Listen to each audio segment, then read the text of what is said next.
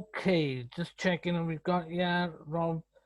Okay, so can we start with over to Steve? Apologies for absence. Have we got any apologies for absence? Oh, I thought Mark Child was joining us. He's not here, but anyway, go ahead. Sorry. Yeah, no apologies. Though Will said he was late. I think he's been in scrutiny as well, has he? I know he said he might be late. Oh, he's there. Will's there. So we've had no other apologies, have we? No. Okay, then, if I quickly move on to declarations of interest. Any declarations of interest for anybody? I think so. I don't know whether I should declare for the governor of Whitestone, Martin, seeing the chair of governors there. Possibly, I don't know. I'll take Steve's advice on that. Yeah, you're not our governor. You're an independent governor. Is that right? Yeah. I'm LEA. Yeah. Yeah. So you should declare an interest and consider leaving the meeting, I guess. Okay. Is it personal? Or it'll be personal, won't it? Well, it's certainly personal, but you need to consider whether it's prejudicial as well. I'll do both, just to be on the safe side. If you're representing us, then it would just be personal. But I'll do both. When it comes up, I'll switch off. Okay, thank you. Just when that happens, just remind me, and I'll physically remove Gareth and put him in the waiting room while that happens. Put them on the naughty step, is it? Okay. Yeah. I'll just go out and make myself a cup of tea. Okay. So if we could quickly move on to the minutes of the monthly meeting held on the 8th of December 2020. Rebecca's coming back in again. She's just trying to dominate the meeting with two of us, I think. Are you talking about me? You're not getting 2 votes, I promise you that, all right? I'm sorry, I've left. No, I am still here. Well, yeah. I don't know. It keeps crashing, sorry. Okay, no problem. So minutes of the monthly meeting held on the 8th of December, that is in the shared drive. Anybody got any observations, any corrections they would like to see made to that? I wasn't there, so I can't. Well, if there's no objections, can we have a proposal, please, to accept them? That's Ian and Rebecca to second it. Thank you very much. Okay, so could we move on to the clerk's report, please? Yeah, there's not a physical report this week, but just one reminder. There's Alan Thomas is doing some training a week today, 6 o'clock. So just a reminder of that training. It's all part of his work that he's doing with us to make us more effective. Did you say a week today, Steve? That's right, 6 o'clock a week today. Thank you. Thank you. Can you remember what that was? Was that what the train? No, never mind if you can't. 6 o'clock, you coming to the meeting? Full council? Full council. Okay then. The chair, sorry, just to confirm, but yeah, it's the full title is Training Workshop on Constructive Debating. Okay. Yeah, I thought it was. Yeah, so I think that could be a useful one for any members who can attend. So, Adam has just sent his apologies, sorry. Who? I've just had from Adam sending his apologies. Okay. I Okay. just phoned Sarah. She said she hasn't had an invite to the meeting. And she has not because she hasn't had an invite and she's too late now because she doesn't know where to get one. Oh dear. Sorry, I just phoned her and she has had an invite and I can send it to her. What just as she wanted it sent to her? Well, you take over, Clark. I'm stepping back from this one. I can send it to her now if she wants. I'm quite happy to do that. But she has had an invite. I'm not getting involved in this. Pam says it's too late. I think probably, you know, in all fairness, she's moving house. She might have been some problem with that. I know they've got IT problems. I know they've got IT problems. Not too bad. My food. Yeah. So anyway, if we could just sort of see if we can address that. So if we move on to the chair's report. Hold on a sec. Steve, Yeah, doesn't have trouble getting in. I don't know if you can set him the code again. Can you mute My food. Gareth? My food. No, we'll be fine. And could people mute themselves if they're not talking? Okay. It's getting a bit confusing, yeah. Steve, is it possible to mute Gareth from your end? I mean, it should be. Okay. He's muted himself, or somebody's muted him. Anyway. Okay, I'll move on to the chair's report.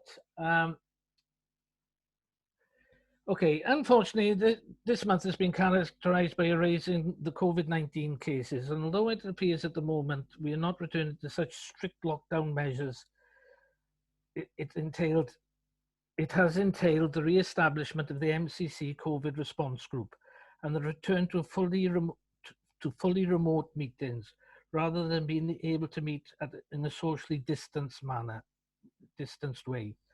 Obviously, MCC will continue to monitor the situation and official guidelines and will continue to react accordingly. On a personal note, the month of September has been characterised by me for returning to my day job as a university lecturer, albeit with my lectures all to date being delivered in a remote format. In relation to my MCC duties, on the 28th of September, I was able to join the Community Town Council Forum for the Code of Conduct training, and also later this evening to attend the One Voice Wales Swansea Area Committee meeting of Town and Community Councils, albeit remotely once again. I found this latter meeting particularly useful, as there was an opportunity to share with other councils in the area their experiences of reacting to the pandemic situation. I am pleased to report that from the discussion, it appears that relatively we have fared quite well, in as much as we only suspended meeting for a number of weeks, and that we were able to organise a community COVID response and have managed to re-engage all councillors in the remote distance meeting format. From the discussion at the meeting, it would appear that some councils have not managed to meet at all during the pandemic period, and that additionally some councillors have not been able to engage in the remote meeting format due to various difficulties. September and October has also seen a flurry of activity in relation to the Underhill Park initiative. Following the decision at last month's full council, the City and County of Swansea have received a formal request from MCC to consider signing over the freehold of the park to MCC. This has been followed up by a number of emails and phone calls to SCC councillors and officials, attempting to expedite the matter as quickly as possible. To date, the response has been positive, and I will continue to keep council informed of any developments on this front. MCC's Underhill Working Group met on the 23rd of September to review the current situation prior to a meeting, the MCA Joint Working Group, on the 25th of September. At this meeting, we made quite clear to MCA that although we would continue with the preparation of the loan application prior to the lease situation being fully resolved, we would only submit this application after it had been signed off by One Voice Wales and their consultant Gareth Kiddy, and with the approval of full council. In view of this fact that matters are progressing very rapidly with Underhill Initiative, we have resolved to have a joint working group will now meet weekly at 12 o'clock every Friday. That is my report, but just as an update on that, we did receive an email today from City and County of Swansea to say that although they wouldn't agree the freehold lease proposal, they are prepared to agree.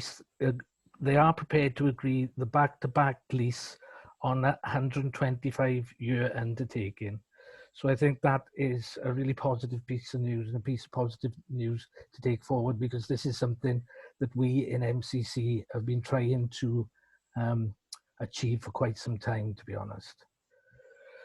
And to that end as well, just as a supplement to my chair's report, I will be attending a meeting tomorrow with the City and County of Swansea and MCA to find out what the terms of that lease will be. But again, as I understand it from the email that we had today, basically the lease will be signed over from the lease being with MCA to the lease being with MCC.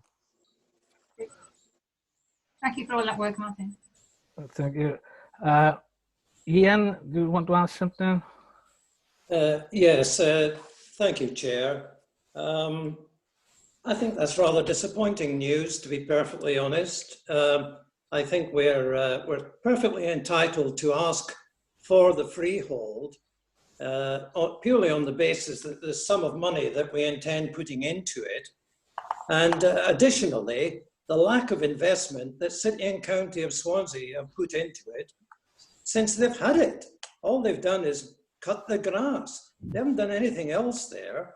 Now we're trying to bring it into a different environment altogether. So what is the grounds for them to refuse the freehold? Okay, if I may respond to that, Ian, I agree with you on a number of those issues. Yes, it is a disappointing response. I personally, I can't see any reason why they might not grant the freehold, but then again, that is in their gift. My own feeling is because of the situation that we're in at the moment, if we were to dig our heels in, shall we say, about sticking for the freehold, I worry that that might delay the process of going for the grant for Underhill and the whole Underhill proposal. So my feeling is at the moment, you know, prior to this meeting tomorrow on what is actually on the table, with what they're proposing at the moment, I think that will be something that we can live with, something that we can work with, but let's not, and I will push at the meeting tomorrow as to why the freehold isn't forthcoming, and I know MCA will also be doing the same, but at the same time, I feel that this is something that we can live with for the time being, and maybe that we could revisit going for the freehold at some future time, so that it doesn't get in the way of expediting the Underhill initiative and the loan application in the short term. Well, if I could just come back on that, can I thank you firstly, the fact that you're intimating that we could go back to it. I think that's particularly important. But the other thing, you know, when you say that it was gifted, Swansea are gifting it to us, you know, Underhill was gifted to the Mumbles community. And, well, it wasn't a city when it was gifted, but it would have been, Swansea had the overall management of it. And they've done a pretty poor show of that, in my view. However, I don't want to see roadblocks going up and having an issue with any delay. There's been too much of a delay in the past, but as long as we bear in mind that, you know, if we are investing this money, I cannot for the life of me understand, other than perhaps, well, I won't say it, but I can't understand why they're not prepared to give it. Yeah, you know, that's extraordinary. But anyway, thank you for clearing that up. yeah. Anybody else wanting to come in on that this juncture? William? Yeah, just to make everyone aware, I mean, obviously myself and Rebecca are on the working group for Underhill with Martin, but just to make everyone aware how much work Martin's put into it, really, to get to that point. I mean, you know, we're both on the working group, but you know, Martin's doing, Steve and Paul obviously also, but you know, Martin being a volunteer councillor, it's put a lot of work into getting where we are. So just congratulations there, Martin, really, and thanks for all your hard. Well, thank you. I'll take congratulations wherever they're coming from. Okay, thank you for that. But yes, I think, but you know, I will obviously report back on the proceedings of the meeting tomorrow. But as I sort of said, I will raise the point, and I know Simon Chair from MCA will also raise the point as to, you know, why we can't get the can't get the freehold, but also to keep it on the agenda, to keep it on the horizon there, that maybe this is something that we can work towards. Okay then. If we're happy with the chair's report, can I hand over to Paul? Is he here? Yes, I'm here, Chair. Yeah, sorry, couldn't see you there. For the financial report. Yeah, thanks, Chair. Finance report is saved to OneDrive. There's a version 2 there, so that's the one I'm going to just briefly go through. First off, you've got a list of all the electronic payments that have been made in the last month for retrospective approval. And there's also the Barclay card purchases there listed there as well. There's some income which has come in, just over £1,000, so that's listed in the report. And the current bank balances as at the 8th of October. So that's all fairly straightforward. The final point that's on there is the appointment of the urban designer for the shared space project. Back in August, the council approved going out to tender or quotes for an urban designer. We had the quotes back in the middle of September. But looking back at the last minute in August, there wasn't anything in there on how it was going to be approved, how the appointment was going to be made.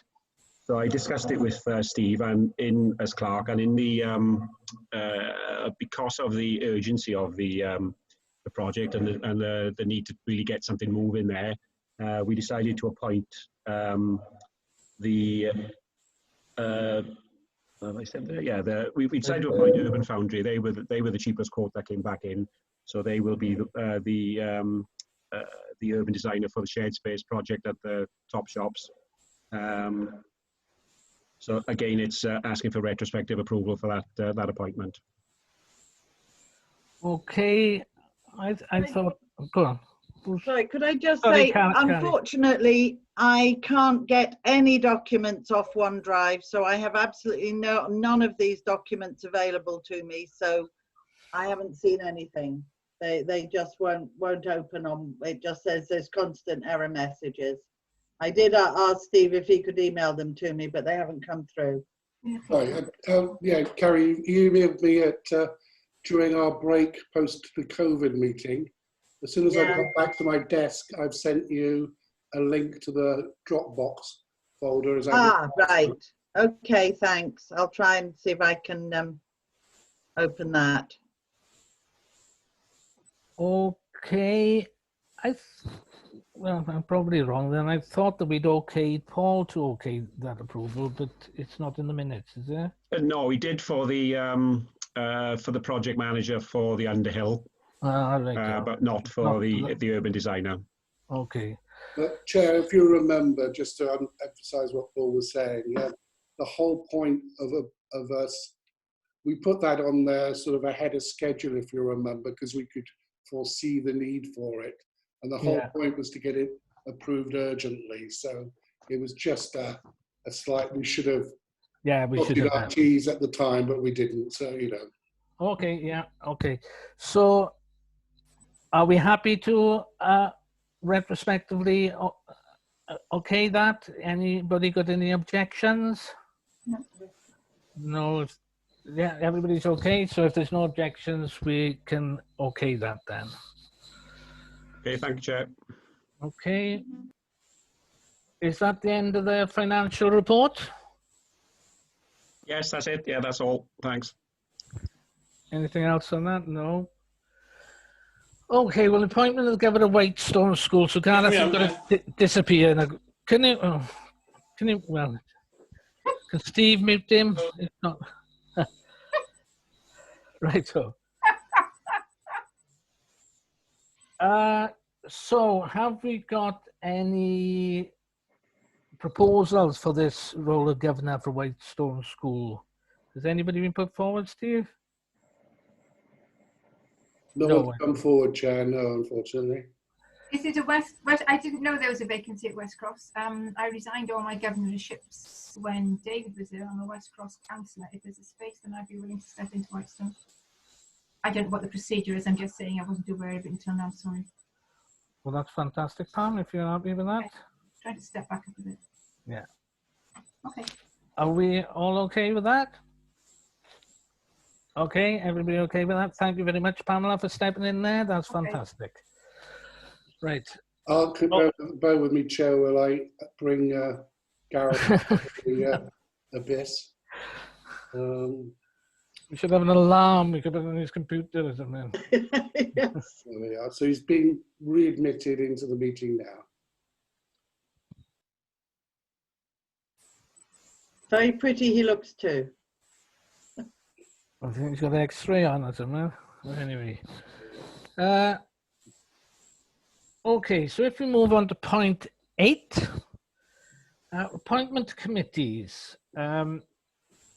Councillor Martin O'Neill to become a member of Culture, Tourism and Wellbeing Committee. Rob has already approached me about that. I'm okay with that. Premises Committee to appoint a representative to JEC. And the vacancies on the Economic Wellbeing Committee, the Economic Wellbeing Committee, Cultural and Wellbeing Committee, Personnel Committee and Premises Committee following the resignation of Carwyn Thomas to be filled in this meeting. I will say as well, I saw this and my oversight that we should maybe think of an appointment to the joint working group with Underhill as well following Carwyn's resignation. But I would like people to bear in mind what came out of Alan Thomas's report about maintaining a political balance with representatives on these groups. So have we had any proposals for these committees? Has anybody put their names forward, or is anybody happy or want to put their names forward? My background's in personnel, so I'd be happy to step up there if anybody else wants it. I'm quite happy not to do it. I'll step up if it's needed. Okay, Carrie? Yeah, I'd be happy to stand for Economic Committee. Economic Committee. That's Economic then. Personnel. So we just got premises and cultural. Not cultural. Oh, sorry, I thought not. No, you were it. Yeah, but it is on the list, cultural. Okay, but was Carwyn not on Cultural Committee? Carwyn was. Yeah, Yes, so there is now a vacancy because he's left. Because we've asked Martin's accepted. But that still only makes 5, I think, or 6. Makes 6. Out of the 8. We only need 6. Yeah, but there is an option if people choose to go up to 8. Wait. And Sarah has also gone on it. Okay. I think the procedure is, though, that you don't invite people and they accept. It's that council agrees for them to go on. Mm. Fair enough. So, well, with those proposals, is there any objection to any of those proposals?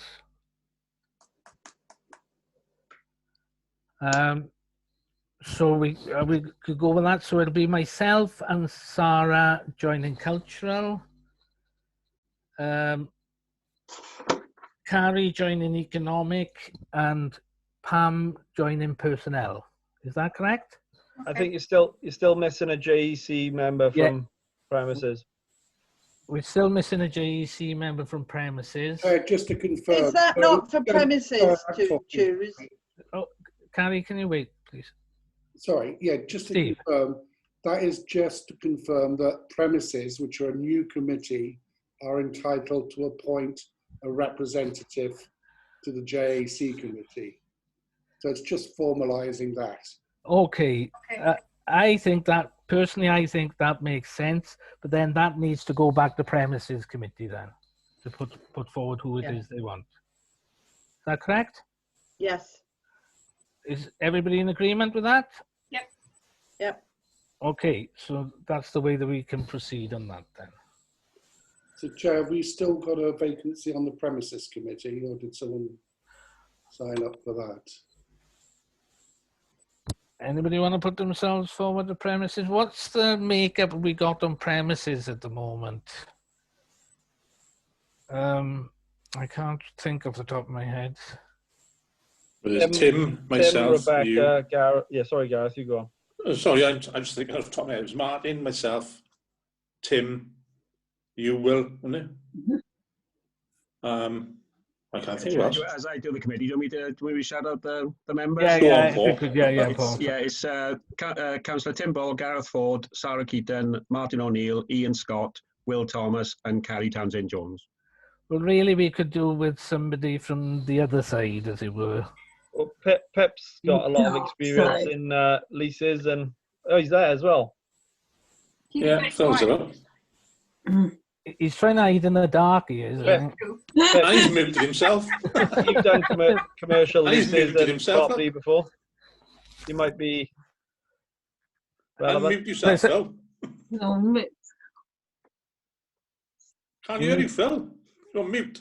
You're muted, Phil. Try again.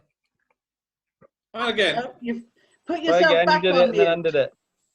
You're still on mute, Phil. Can you hear me, Mother? No, it's come on again. Hey! Self-muting. Mutating. Better than self-mutilating here, gone. Yeah, so what was it for? Sorry. I missed Premises. Premises. that. Yeah, I could do that. Okay. We could go with that then. Can we? Anyway. You got a hand up, Martin. Oh, sorry. I was, Yeah, this is just committee related. It's not about membership, but the position now is that Paul is now servicing 3 standing committees and Steve is servicing 2. As Steve works 30 hours a week and Paul only works 20, it would seem logical that Steve actually picks up one of those standing committees so that he does 3 and Paul does 2. I'm just concerned, particularly with the budget coming up, about Paul's workload. And we know that last year he ended up with about 40, 50 hours of extra time that he had to put in. And obviously we want to try and avoid that being the situation again this year. okay, Steve, Paul, have you got any observations on that? Because I'm just thinking, Steve, Yeah, you I mean, are that's- supervising other things as well. Yeah, that's a staffing matter, and Paul and I will be discussing that further. We've already touched on it, so Okay. Yeah, because there are other things as well, I know, which they do. Okay. That's the case. Sorry. Right, recommendations made by the Joint Enabling Committee. Read them out, Mark. Yeah, that's what I'm doing. Report of the independent remuneration recommended that the permissive powers contained therein be adopted.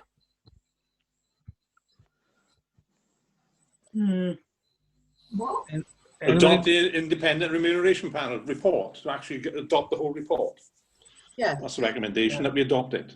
can I just clarify, Chair? Sorry. Yeah, I would like to. Within that report, there are some things that you have to do, some powers which you will have to adopt, and some that you don't have to adopt. So you're actually taking, you want to adopt all the powers in that report, and that's why it's phrased that way. Okay, Rebecca? Just for the benefit of people who weren't in the Joint Enabling Committee where this was discussed, the report basically sets out exactly the same position as the position we took last year. So we're actually not asking for anything to change. We just have to accept it year on year. Okay, it's just admin, really. Anybody got any concerns, any other questions they want to ask on that? Because this was discussed at Joint Enabling Committee, and as you sort of said, it just seems to be something that we need to take every year. Okay? Yeah. So we're all okay, we're okay to accept that then. Right, this is the next one. Royal Mail Response Service, that the service costs us £99.50 per year, and we've not used it for a number of years. It's recommended that we no longer subscribe to this service. Again, seems to make sense to me. Everybody in agreement with that? Yep. Right. This is the one that we've been waiting for, I suppose. Community plan. Recommended that a community plan be recommended that the community plan be officially adopted. In your documentation today, you've got the community plan. You've also got the bite-sized community plan. This is something that, you know, we've been discussing and mulling about for quite some time. We have referred back to it. We've had a number of sort of discussions, but we come to the point now where are we going to officially adopt this as our community plan going forward for the next period of time for the life of this council? Anybody got any observations, anything they would like to say? Rebecca? Thanks, Martin. Yeah, I fully support adopting it as the community plan.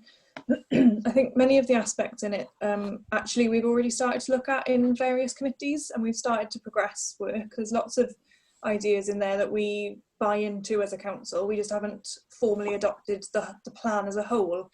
And for me, I find it really helpful to be able to see things as part of a bigger picture.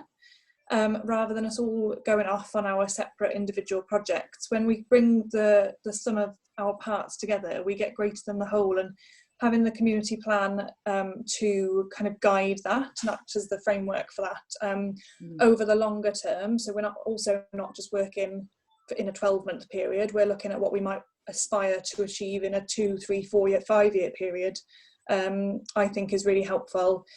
I would just urge other councillors really to, if there are issues with it as a plan, to just air those fully and frankly, because at the moment it's sort of sat there on a shelf.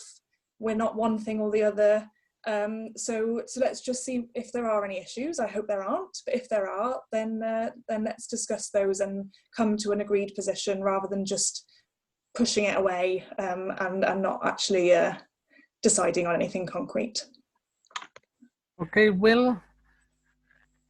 Thanks, Chair. I think it's a good document. I think we've all had good opportunity to feed into it. We've all been over it a number of times in the past. I think it covers everything that we should be looking at. There's some things which probably could go into a lot more detail, but you know, I see it as almost like a live document, and it can be changed. Obviously, when we get better at doing more and more consultation, we can certainly add to it, I imagine.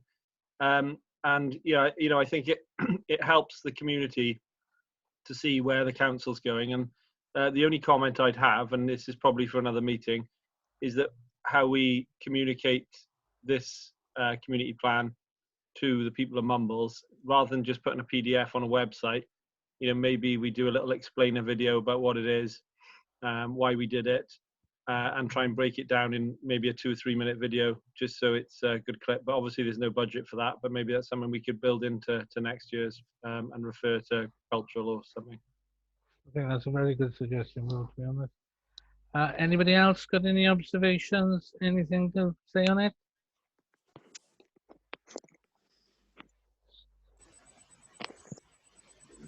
No, I was just going to, I suppose, concur particularly with what Rebecca sort of said. I think that this gives us a framework going forward. Let's be honest, we've organised a lot of our stuff around this in relation to linking as well with the wider policy environment, with the Wellbeing and Future Generations Act. The way that it stands at the moment, it's very generic. So it helps us, you know, gives us a focus going forward for the next 5 years, hopefully.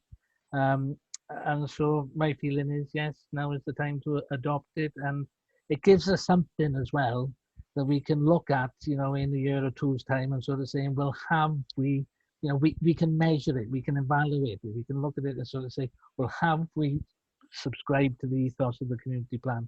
So my feeling is as well that we adopted it. Just also, Chair, might be worth mentioning thank you to Carwyn Thomas, who's one of the, you know, he drove this forward, and obviously it's one of his legacies, I suppose, that he could we could put on the minutes maybe. So thank you for his hard work with it. Yes, I think that's a very good point because, you know, fair play, he did put a lot of work into it. Like, so, hold on, is this going to go? No. Okay, so is there anybody who's objecting to adopting the community plan? Okay then, well if that's the case, then we're voting unanimously to adopt it. So that's nice. Right. Right, and then it is recommended, people be happy to adopt this, recommended that the committee be responsible for producing, be responsible for producing bite-sized actions for the parts of the report falling under their jurisdiction. So I do think it will be handy for the respective committees to look at the part of the community plan that belongs to them. And I think then that would fit into what Will is saying about how we can communicate what it is we're aiming to do with the community. If people in their respective communities look at their part of the community plan and sort of say, well, so that we fulfill our part of the community plan, we are going to do this in the next 12 months or whatever. So again, are we happy to adopt that? Can I just ask a question of Steve? Do we now have the new budget proposal forms, which presumably link in with the recommendations and priorities of the community plan, so that people can use that to complete their budget requests in committees? We certainly got the new front sheet that people could use, which would be the most useful thing for the committees. If you recall, though, there was some very positive feedback in the JEC with lots of ideas what people wanted to see. So that's going out to, not just to councillors, but, co-opted members of that committee made some useful points, didn't they, as you'll recall. So yes, but the front sheet will be available. Yeah, because I'm just conscious, as I'm sure Paul is, of his timetable, and that really, committees need to be getting these proposal forms in to Paul as soon as possible, I guess. And I do think, hopefully, that adopting the community plan will give us a framework in relation to our administration as well, in relation to putting these forms together, because the whole point in these forms, people will have to be identifying and highlighting how it fits into and how it supplies the community plan. Chair, can I just say as well, as I mentioned this in another meeting, but just to reiterate, the officers are there to help councillors with their proposals. The form might look a bit daunting, but as I said then, the officers are there to help people fill those forms in and so on, Okay. So are we all okay with that? Yeah. So I take it that we're adopting that recommendation. Yep. Okay. Any questions for the chair of the Joint Enabling Committee, who is Gareth? Any questions? Move on. Move on. You're happy about that, aren't you, Gareth? Yeah. Move on. Okay. Silently. Right. Recommendations made by the Community and Social Wellbeing Committee. Naming of courts at Langland. Proposed that 2 of the courts at Langland, due to be refurbished by MCC, receive the following names as well as numbers. If and when other courts are refurbished, they would receive names of local or appropriate names, i.e. Court 1, Viv Gans, Court 2, Bruce Barter. I need different glasses. Pamela? I thought in the committee we said that we were going to ask the community as well what names they thought would be. I'm sure they come up with the same ones, but have we actually gone out to consult anybody on this, or is it just inside this community council that we decided? I thought we were deciding to go out and ask people outside this community council. Anybody? I've forgotten it wrongly. Sorry. Have I remembered it wrongly? Can I bring Carrie in and then Rebecca, please? I'm just to reiterate what Pam said. Surely this is something that we should put out for the community to put some suggestions forward. So at least, even if we make the final decision, we've at least taken into account perhaps ideas that our residents and our community might have about who they feel or what they feel the court should be called. Okay. Rebecca, sorry. Oh, yeah. I'm hearing this. I'm helping you. Rebecca. Yeah, just to confirm what Pam said. So in the Community and Social Wellbeing Committee, we did say that we would put something out on our social media channels. So we wouldn't do a full-blown consultation on it. We would just do a sort of consultation light. That hasn't happened before full council, unfortunately. I can't comment on why really, but we could agree this proposal in principle pending those two names also coming back as the most popular, which is what we sort of anticipate might happen, but yes. But I think it is a good way of working for us to have done that exercise. Yeah, I think so. Yeah. Rob, and then I'll bring Steve in. Thanks, Mark. Just to totally agree with Rebecca, I think, you know, we don't want a long drawn consultation on this. We can't consult the public on every minor detail of everything. But I think a social media post, get the job done. Personally, and I'm a big tennis fan, I can't think of anybody else apart from, you know, Viv Gans or Bruce, who I could even think of giving a name of a court to. And if I'm like that as a tennis fan and local, I'm sure there's a lot of other people who feel the same, but we don't want a long drawn out thing. I think a social media post, these are the names, and rather than say, who do you think, say, we're thinking of calling them this. Yeah. What do you think? Doing it that way. Okay, yeah. Steve, did you want to come in? Yeah, just a point of information, Chair. I was at the weekend. I went to look at the two courts that have been refurbished, and I noticed there's a plaque down there already saying that these courts are named after Bruce Barter. Oh yeah. Well, so at the moment, the situation is it's assigned by, I think it's by Swansea Council. So it's already the courts are all named after him. Yeah. But how did that happen? Yeah. That's 20 odd years ago. Yeah, it's historic. Okay. 1980. So quite a while more than that. Richard? Yeah. Just a small consultation on the proviso that it's not beholden for us to do it whatever they say, but just as guidance in case they come up with a tennis equivalent of Boaty McBoatface. Yes. But yeah, I was thinking that one as well there. Yeah. This is narrowed. Yeah. Yeah, I think that, and it just gives us evidence as well then, really, doesn't it? And to show that we've sort of got it. Will, did you want to come in?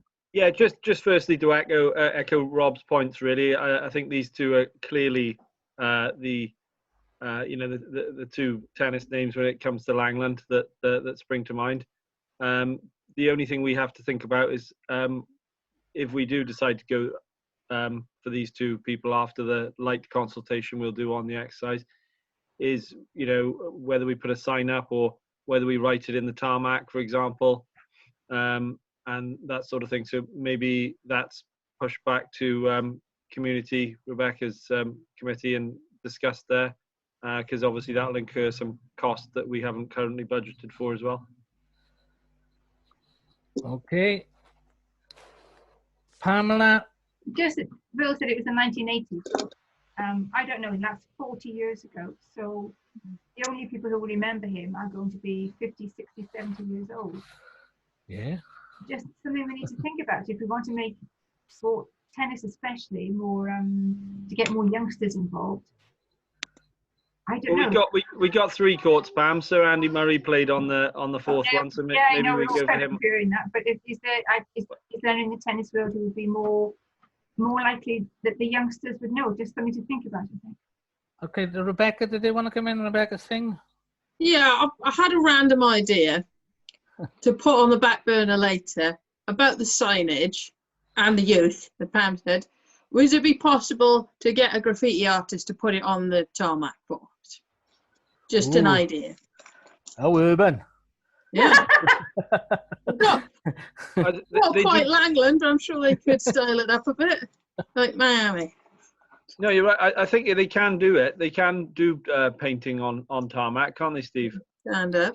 And For at the a trend. very, there is the practice wall as well, which could Yeah. potentially, you know, have some Yeah. kind of mural or something like that on it. Yeah. Although people do play against it, but it's something to think about. Okay, so just, to move things forward on this, shall we? Hang on, can I come in, please? Oh, sorry. Yeah. So Yeah, recorder that. Yeah, sorry. Thank you, Chair. It is part of the Newton Ward, the Langland tennis courts. Couple of things have been said here. I think it's, time should not dilute the name of Bruce Barter or Viv Gans for that matter. I'm in my 70s, so what? I think it's important to, to recognize these people. They put a lot into it. And I'm quite sure, they've gradually, I know they've both passed away now, as far as I'm aware, but, they would not be very happy about the way that it had been allowed to deteriorate. And anyway, it's good to see that it's done, but perhaps I can ask a question. When are the courts going to be painted? Anybody know? Yeah, I can answer that. Yeah, Steve? because unfortunately they started so late in the year, the paint won't take now, so they're going to have to come back in the late spring to do it. Does that mean that the courts, are we talking about the colour of the court, or are we talking about the colour, marking of the play area? Yeah, the play area will be marked, so they'll be playable on, but the actual colour... Well, that's okay, right, that's fair enough.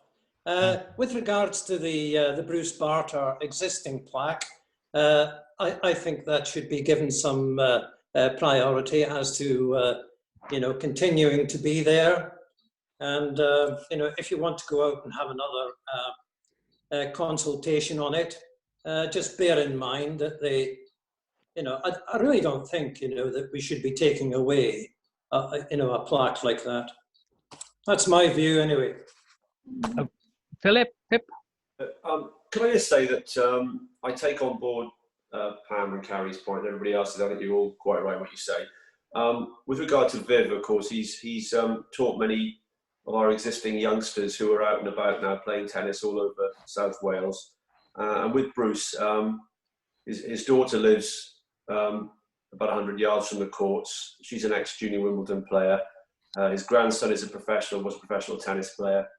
And it sort of spurned a whole family of tennis players. So I think it is generational. So I think it might be a good thing when we put it on our Facebook or website to say, give a little bit of a history about why we proposed him, because Bruce, that plaque was up there when I was playing. I'm 62. I think it was 1970 something. So it's been there many years.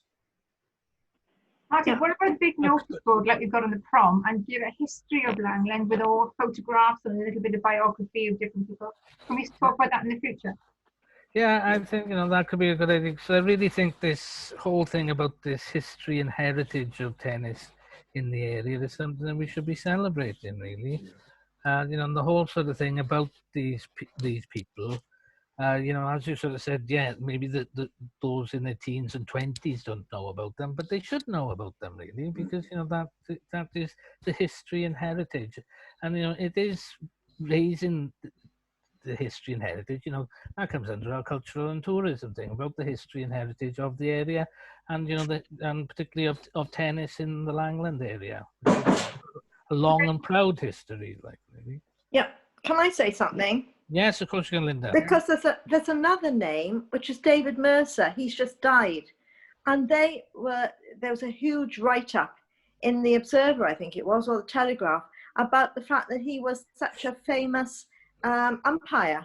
And he started his tennis career down in Langland when it was all the thing, you know, the competitions and everything. So he is just another name to throw into the hat if you're talking about putting it on social media. So that's all I wanted to say.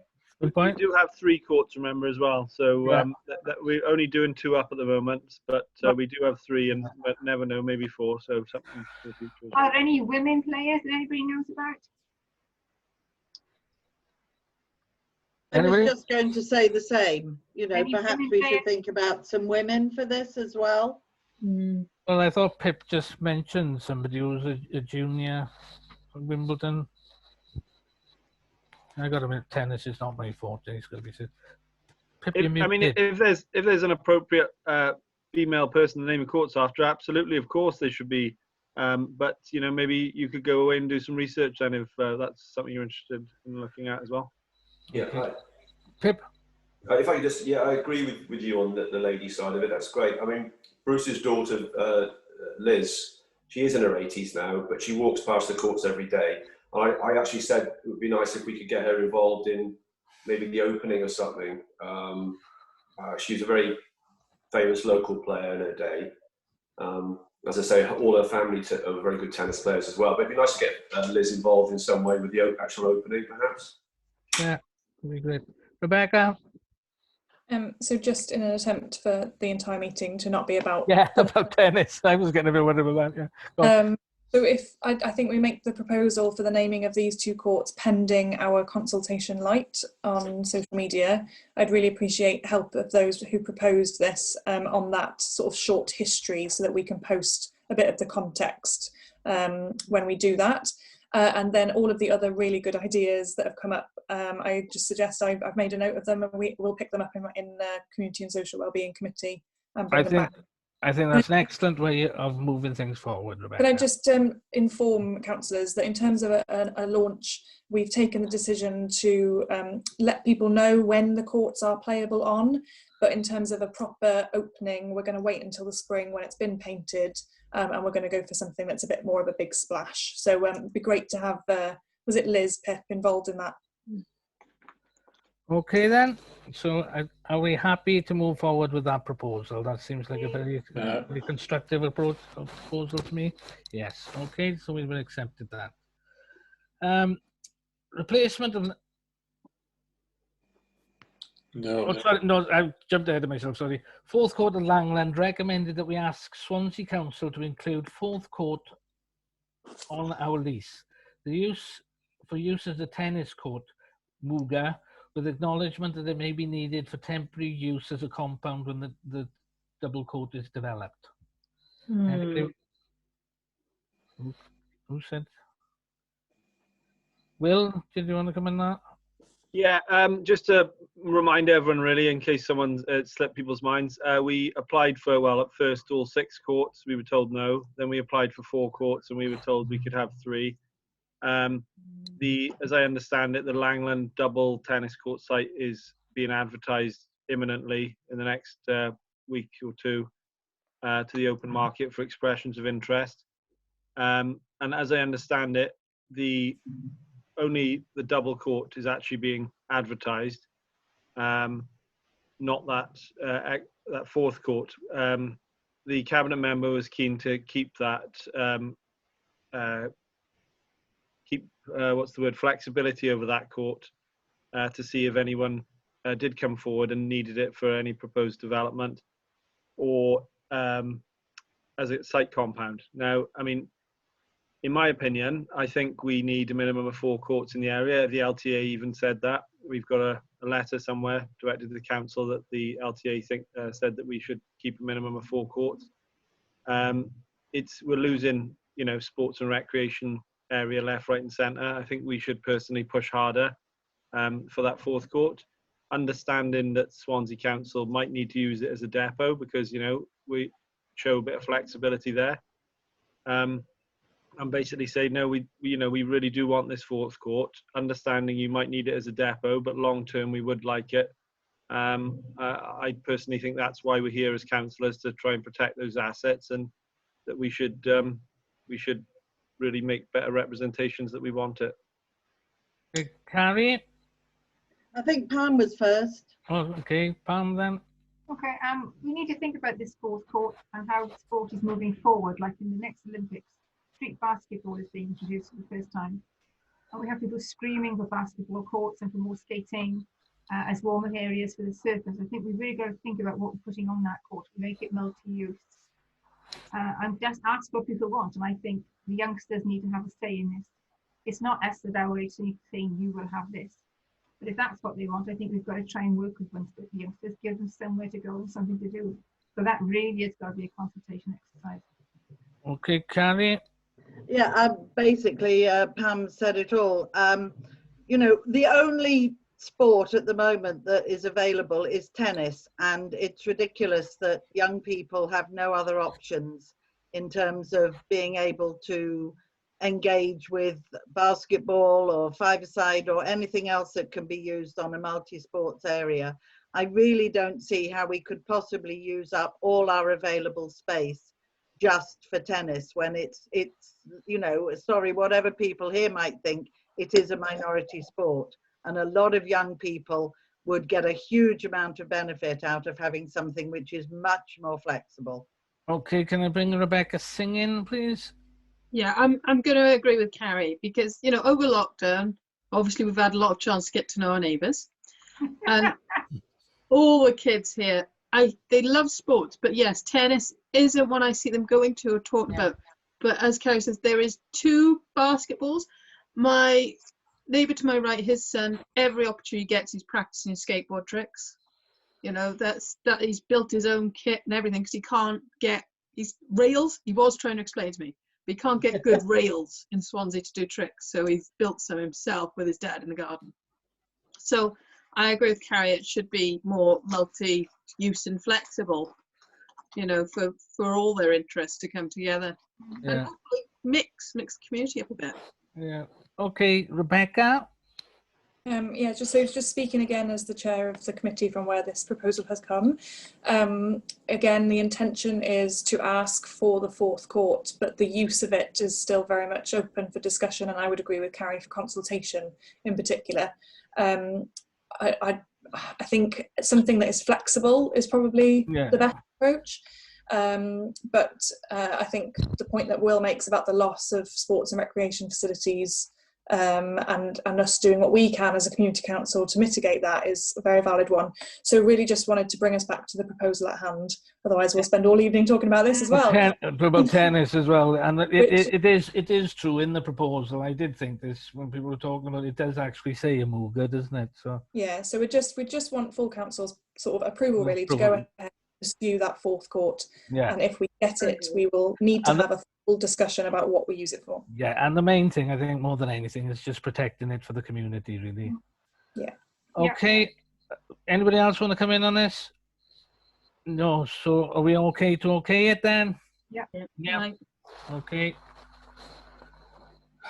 Right. Replacement of leisure facilities. That MCC write to Swansea Council asking for clarification of their policy regarding replacement of sold leisure sites such as tennis courts, playing fields, etc. Will, do you want to come in on that? Yeah, thanks, Chair. I think we obviously had a meeting with a group of activists regarding Mumbles tennis courts this week. We're talking about another tennis court here. I'm sure that there's other community assets that also we might be talking about in the future. As far as I understand it, I don't know if Councillor Mark Child's listening, maybe he could clarify, but the Swansea Council's procedure, or what, I don't know if that's the right word, but position on when they get rid of a sort of community asset or a sports asset, that they replace like for like, or that money goes towards, you know, similar sort of activities in the area. That doesn't seem to be, I've pushed that in, as a county council, I've pushed that in various meetings, and I don't seem to be getting any sort of response. So it would be good for the community council, I think, to know what the score is there, so that we can feed back to residents like the Mumbles tennis group that we met the other day and such like. And if there is these sites being sold off, then we know what the procedure will be. Okay, anybody else want to come in on that? My feeling is, again, on this is, writing to them and ascertaining exactly what the situation is. I think this is something we need to do, really, because then that will help us, again, protect any resources that might be under threat within the area. So I can see Mark put on his camera. Did he want to come in on this, Mark? I can suspend. Yeah, you need to suspend. Yeah. I was going to say, you could, if everybody's happy, if Mark, put your hand up if you want to come in on this. Hi. Thank you very much. In answer to the query, I think the standard position is when the Swansea Council sells any of its assets, whether it's sport or any other asset, the capital value goes into the capital pool, the general capital pool for Swansea, to be used on what is thought the most important capital project at the time. So it is not ring-fenced in any sense for any type of use or any area to be used in, unless there's a specific clause put in when it goes through Cabinet or Council, wherever it goes through, to say different. And I would argue that it would be in the Community Council's interest, in the community's interest, to attempt, should any sale of any property in Mumbles Freudian. through. I'm nearly there. Go through to try and insert such a clause, but in standard procedure is any asset of Swansea that's sold goes into a capital fund to fund whatever is considered the most important capital project in Swansea at the time. Okay, thank you for that, Mark. We resume standing orders now.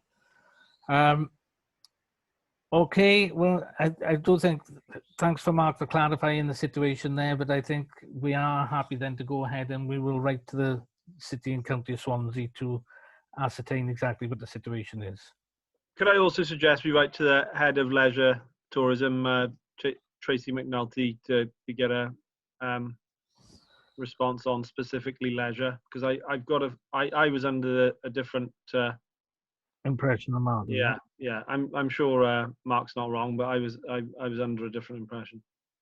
Well, as I should have said, I think we've got nothing to lose by writing these letters and ascertaining what the situation is, because then we will be in a better position to respond to anything that comes down the line later on. Okay, are we happy with that? Yeah. Okay. Questions to the Chair of Community and Social Wellbeing Committee. Yes, I have. Rebecca, any more news on the report? Has it gone out to, especially to our co-opted members, or is it still only councillors only? So this is the report about the skate park that was commissioned as a result of the Swansea Council requirements. Thanks for the question, Pam. I was hoping somebody would give me the opportunity to update on this. So the report has now been received. I just want to put on record our thanks to Paul, really, for having got us through the commissioning of the company to do that report.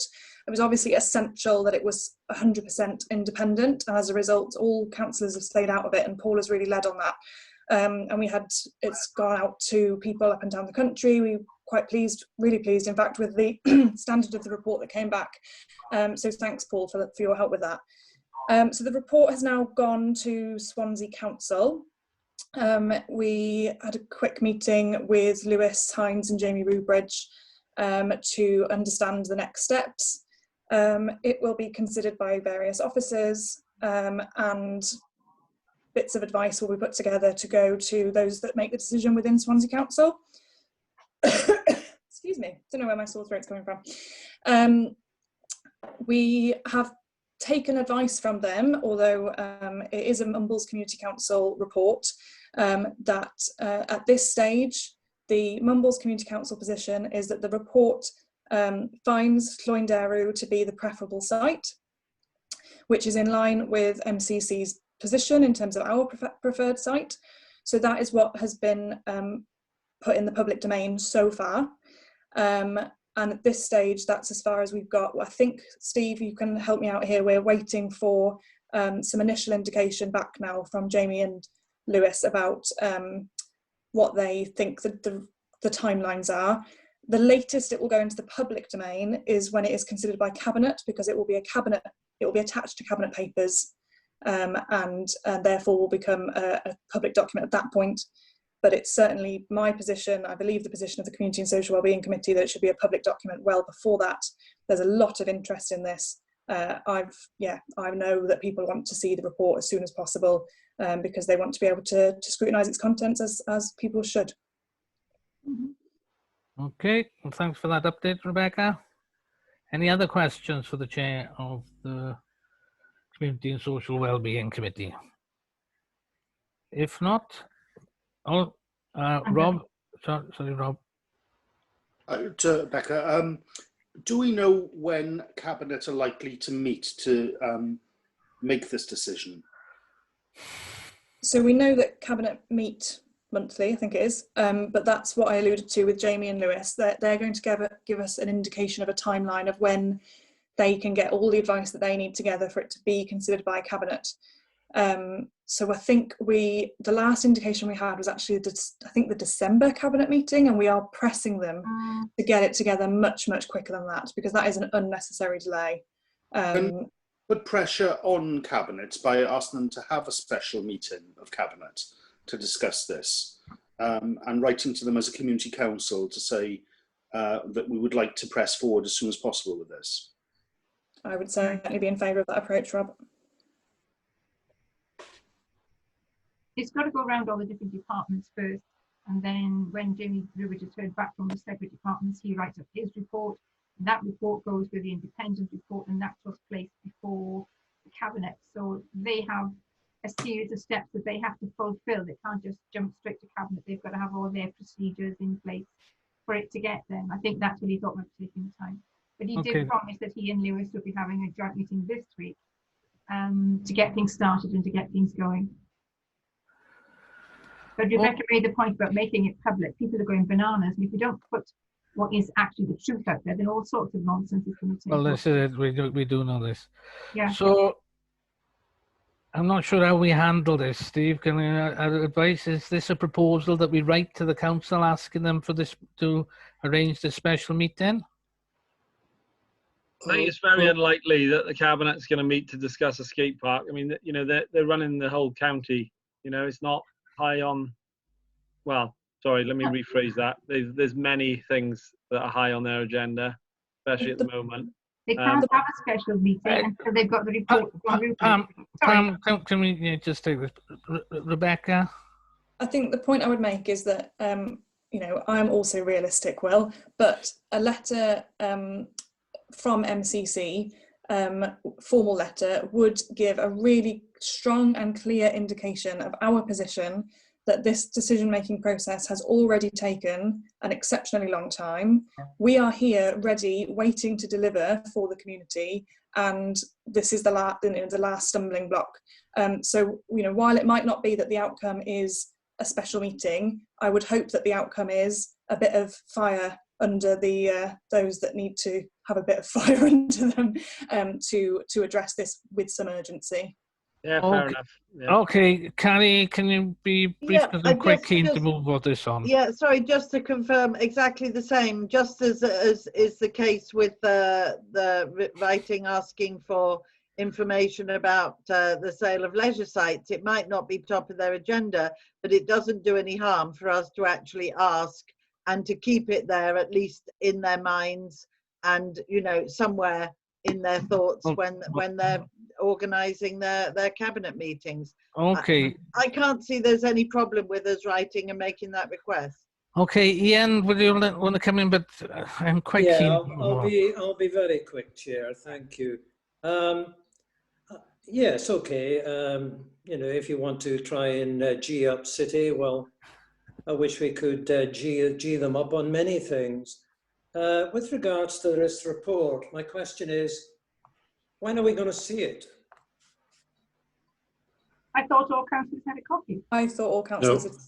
No, none of us had a When are we copy. going to see it?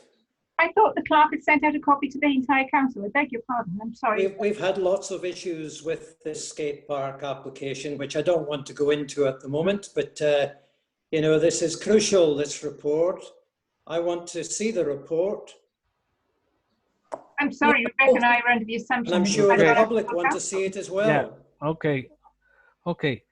Am I wrong, Rebecca? Steve, can we ensure that the report is circulated then? And then in relation to... Chair, if you could ask me that, because you asked me to comment about 10 minutes ago, if you recall. Yeah, yes, I did, yeah. Bill was voting. I was going to get that one in afterwards. Go on, anyway. Yeah, no, sorry.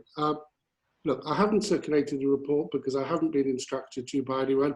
And we had a meeting with Swansea where they said they wanted to keep it confidential. Obviously, with anything like this, the more wider the circulation, the more likely it's not. It is not confidential. Paul Egan gave us advice on something similar in the past, and that was that the report would be available to councillors in the office and they could sit down and read it, and then they'd have to hand it back, which would stop photocopying or I'm sorry, I'm just Ian, please. Advice. You know, if you want to take the commitment that's been made so far that it should be confidential, and there was a reason for that. It was good if the you know what you want to see as a councillor is a skate park built, and if keeping the report confidential until Cabinet have had a chance to look at it properly, then surely it's worth doing so. Okay. And in relation, Linda, can I just ask Steve something, then I'll come to you. Steve, in relation to if we send this letter, are we able to make that decision here at this meeting that we will send this letter to the council, asking for the special meeting? It's not on the agenda. That's why I'm asking. We can't make a formal decision, but obviously I'm listening to you as the letter writer, and I'm taking on board your thoughts. So that's why I'm saying, because I thought because it's not on the agenda, we wouldn't be able to do it. But anyway, can't we have an emergency resolution about a letter? No, but what I'm sorry, Rob. What I'm saying is that we can't formally vote on it tonight. But I've listened to what everyone's been saying and what you want, and I'm quite happy to do that on your behalf and write to them.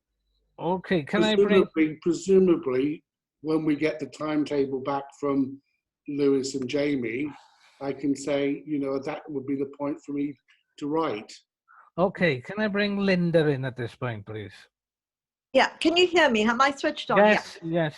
It's only that I am the city councillor for the Males area where this is going to be built.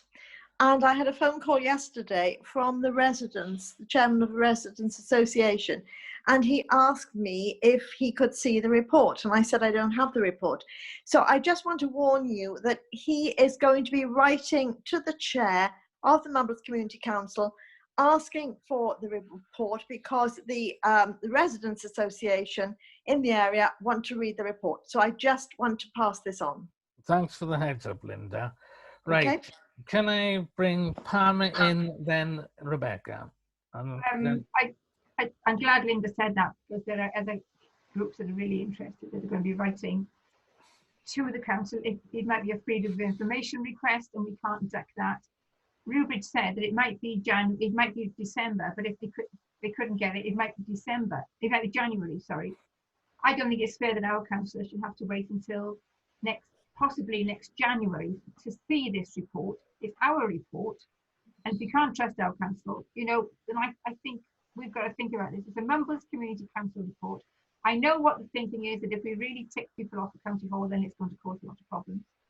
But I don't think we put ourselves in a good position here by saying we're not even let councillors read it. Okay, Rebecca, and then Will, please, and then we'll try and move things on. Yeah, I think I would just echo that. I mean, to be crystal clear here on the record, It is certainly my position, and I understand it, especially having listened to everybody speak this evening, to be the Community Council's position. This should be a public report. So, you know, we are taking the advice of the clerk. We should always take the advice of our staff, and we will keep those channels of communication open with Swansea Council. But I think at every juncture, we need to be saying we want to make this public. And I think making it available to councillors in the meantime, on the basis that that is a confidential group of people, seemed entirely reasonable to me. Okay. Well, yeah, that's just to echo the last 2 points, really. I think, you know, as long as all councillors are aware that it is confidential and it does not leave their inbox, then, you know, if you can't trust your council, who can you trust? So as long as everyone is, you know, aware of that, then I don't see why we wouldn't share it internally. Okay, I'm going to come in with a proposal now. Is we can't make a formal recommendation here because we haven't got it on the agenda, but I suggest that we open up channels of communication via Steve to City and County of Swansea, explain the situation that we're in. Let's be honest, the fact that this report already exists is out there in the public domain. We can't hold the damn wall back all this sort of period of time. And if we open up the channels of communication with the City and County of Swansea and sort of say, well, you know, we don't think that we can keep this quiet all this sort of time when so many people are asking, and see what they've got to say. Yeah, fine. Okay? Sounds good. Okay. Are we happy to move forward on that, Dan? I think that's... Yeah, okay then. Right, next point. Oh, sorry, this computer just keeps unlocking all the time. I need to change the glasses. I do need to change my glasses. My mother always did tell me things like that anyway. I need my reading glasses on, definitely. The trouble is I can't see the screen very well then.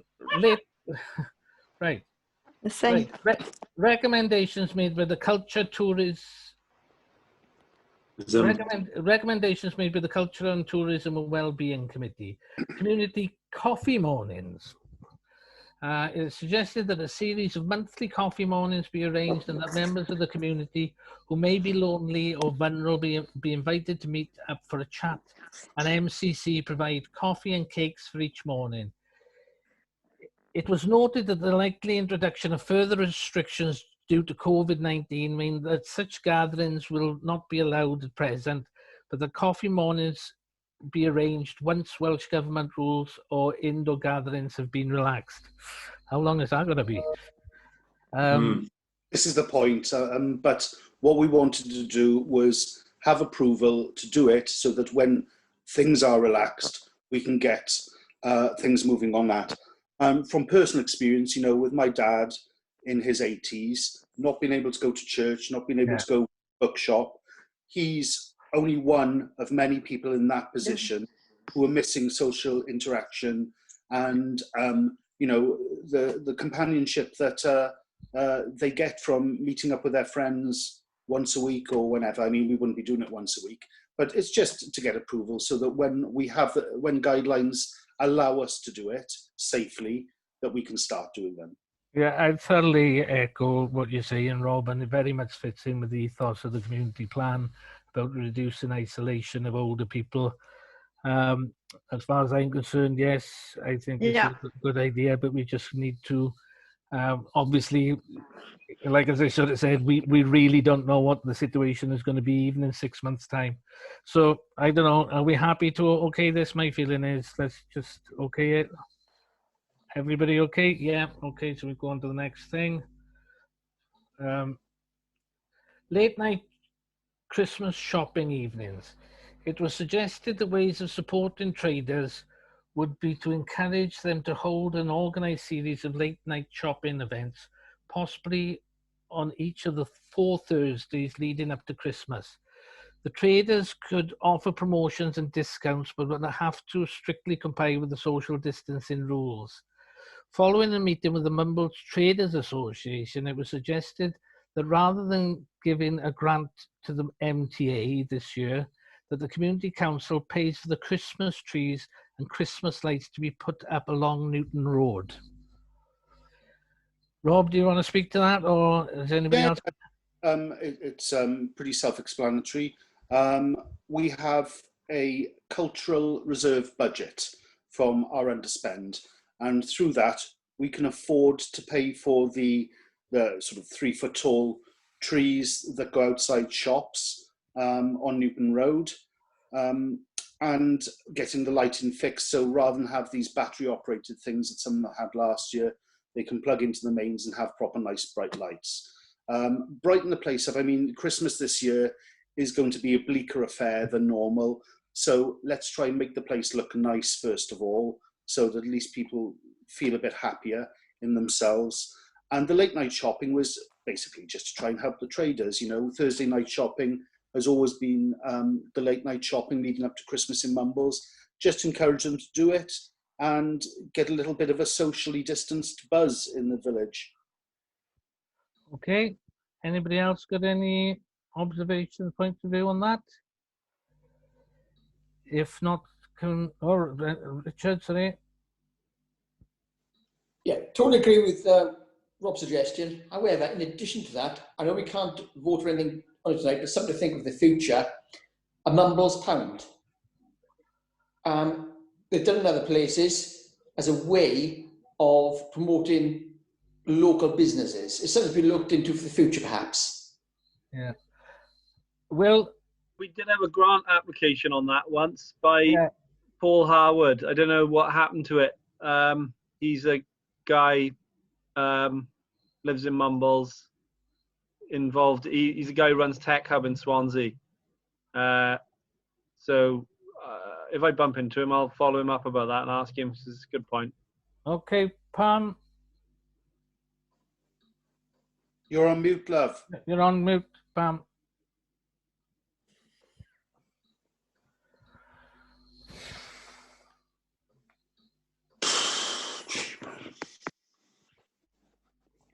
Weren't we talking about trying to do something down at Southend as well, to support everything down there? Are the tables still there? Are they to try and sort of do a Christmas night or a Christmas German market or Welsh market, as Carrie said? Is that in play? The tables are still down there, and the people, the traders have taken over the operation of those now, so the paying of those. As for a market, that was something we thought about, not for this year. Okay. Okay. To make it a special evening, like on an opposite night or an opposite Thursday, just to get people out and give them somewhere to go. Well, the market idea was more for a weekend, like they do in Castle Gardens at Swansea. Okay. Carrie? Yeah, can I just ask why not this Christmas? You know, Mumbles Market is operating, it's operating safely. I would think that something in Southend Gardens, whether it's, you know, it's like the one in Singleton Park, some sort of food fair where you could have stalls around the side selling food. It could all be done very safely, and I think it would just give a real boost. You know, although I know they've got the tables, it's still hard work. They're really struggling, and I think we really need to make sure that we don't forget about, you know, getting people down to Southend Gardens, getting them incorporated into anything we do. Okay. Well, I mean, there's no reason why not. I mean, financially, we'd have to look into it and find out where the money's coming from.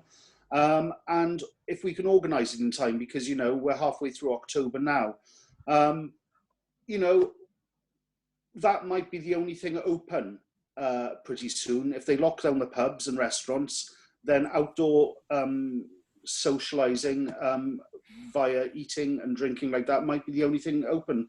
So I'll put it on the agenda for the next culture meeting. I think that's the best way forward. Take it back to the cultural meeting, but we're okay with that.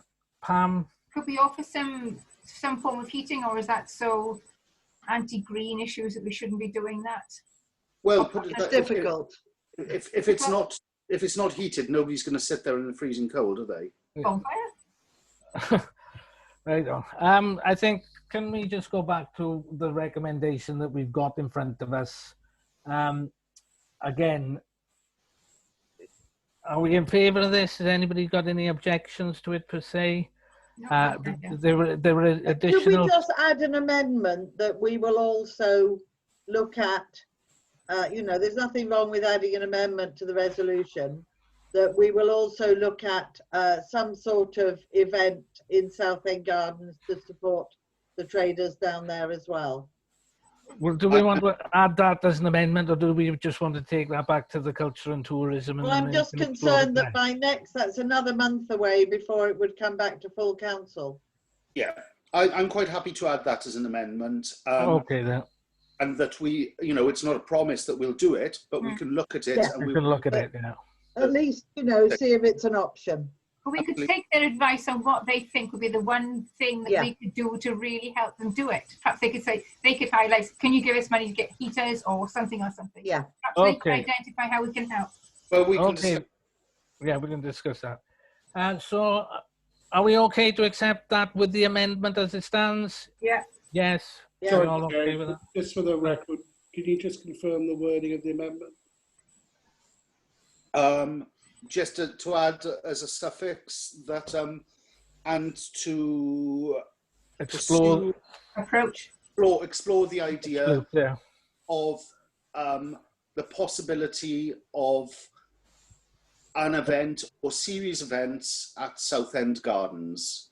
Could we make it more definite, like approach the businesses in Mumbles Road to look at the potential for an event? Well, there's a lot of things to think of rather than just the businesses. We've got to think of where's the money coming from. We've got to, I think, to explore having something there before is fine because that says it all. And then you can explore, yeah, that's what I mean. And we can talk about the nitty gritty stuff next week at Culture. Okay. Okay, so we're happy to accept that? Yep. Okay, great. Going ahead, going forward. And please excuse me, I found my other glasses. Hey! This is it. I'm having struggle. I need new glasses, and not worries about it. Right.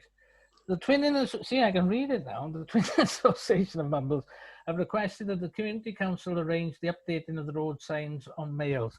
As I understand it, they've been updated already, haven't they? No, only the one on Mumbles Road. Oh, only the one on Mumbles Road. Oh, I get it.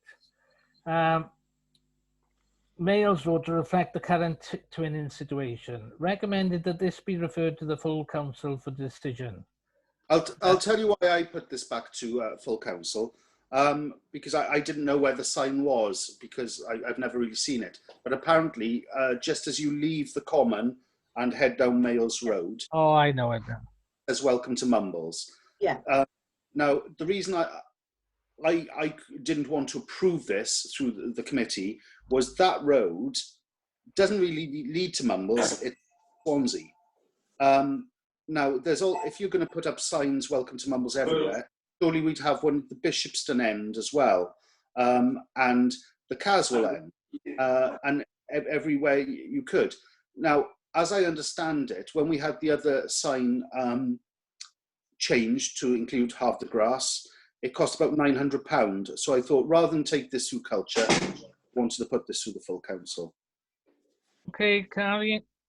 Yeah, it would be great if we had them everywhere. But the point is, this is a sign that is already there, that is now obsolete because it actually refers to a twinning organisation that we are no longer twinned with. Okay. And therefore, it makes sense to actually update it and have it correct. Okay, Rebecca? Yeah, so just to build on what Carrie just said, firstly, I'm not advocating for this, but if we don't agree to change it, the whole sign just needs to come down because it's wrong at the moment. But I would say that while it's a shame that we can't have more spots around, and I'm not advocating for that either, that's like the other extreme. You've gone quiet, Becca. Sorry, you broke up then. Oh, I was just saying, while we haven't, can you hear me now? Yeah. So while we have only got these 2 spots at the moment, I actually come past the one on the Mails Road relatively often, and we've just had a virtual visit to Havre de Grace, and they are making extraordinary efforts actually to maintain their twinning connection, even in a time of COVID where no one's going anywhere. And I've been quite encouraged really by the opportunities that presents to widen the audience of twinning. And so connected to that, I just think, you know, making sure that the twinning associations that we have in the Mumbles area, maintaining their visibility is quite important. It means that we're more likely to drive those wider audiences. You know, it's all part of a bigger picture of bolstering the profile of twinning and all of its benefits. So I would be in favour of it, even though it is an expense. Okay, anybody else got any? Yes, can I come in, please, Chair? Yes, where are you? No, there you are. Oh, I'm here. Yes, I'm still here. You haven't got rid of me yet. Can I just say, you know, if the signs are redundant, how long have they been redundant? And why is it only now that it's coming to light? But anyway, the point is that, in my view, money could be better spent within the community than on replacing these signs. Now, there's one, as Rebecca has said. I would suggest you leave it at that. Otherwise, you know, we've already had Rob say Bishopston, Caswell. Well, you missed out Newton as well. You know, there's a limit to that. I don't see there's any advantage in it. You know, we could do something else with that sort of money. Okay. Thank you. Okay, thank you, Ian. Will? Yeah, I'd agree with Ian there. I think one sign is enough, and Rebecca, one sign is enough. We should, however, do it because, you know, it was a council decision to twin with Harvard Grace, and we need to, you know, show them that we're, you know, doing our bit as well as they're doing theirs. Okay, Rebecca Singh. You muted. Oh, yeah, that's better. Yeah, I'm sort of with Will. Like, I'm like, oh my god, my inner, well, went like Ian. I thought, like, are we wasting money on signs that don't mean anything? That's so embarrassing, and daft. And, you know, as someone who lives her life in moments of daft embarrassment, you know, minimize them as much as possible. That would be good. So yeah, but yes, everything we previously committed to, yeah, and I agree with Rebecca, it's important to keep up a community spirit, but it's very easy to fall into that point of diminishing returns here, isn't it? Because I just feel like if you don't know what twinning is, I think just one sign isn't enough, because I've been that person before I got into all this politics. I would like look at these signs everywhere around the world and think twin with, and I think, oh, what's that? You know, but I wouldn't Google it. It wasn't even that. So we must keep our current commitments, but we need to find more creative ways of gearing up the spirit as well of the twinning. Okay, then. With Rebecca on that, but perhaps a new approach. I'll let you know if I think of anything. Okay. Okay, so maybe we could put this one then to the vote then. All those in favour of changing the sign, say aye. Steve, can you count these votes? Hang on, sorry. One. Put your hand up. Make sure you stand up, or is he just changing something? Can you just expand on what we're voting on, Chair? You know, are we talking about the one coming into Mumbles at Blackpill, changing that one? Yes, we just. No, the one at Blackpill's right. No. We just. That's already been done then. Yeah. All we are voting on is whether we put a new sign at the top of Males Road. So all the. No. Sorry, I wasn't aware of that. I've retracted mine. Sorry. Thanks, Ian, for clarifying. Yeah. Sorry, my mistake. What we are voting on is because the one coming in at Blackpill is already changed. So we are just voting on whether we put a new sign at the top of Males Road. All those in favour? Steve, can you count them? I'll make that 4. Okay, all those against? I'm against it. Okay. I don't know where I've gone. I seem to have disappeared there. Who's against it? Ian is against it, and so is Rebecca.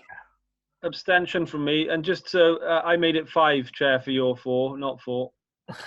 Yeah, I made it 5 as well. Okay. Okay. So We got 2 colours. It's difficult, really. People maybe. All those against, we've had the against with 2, didn't we? yeah. I'm against. Yeah.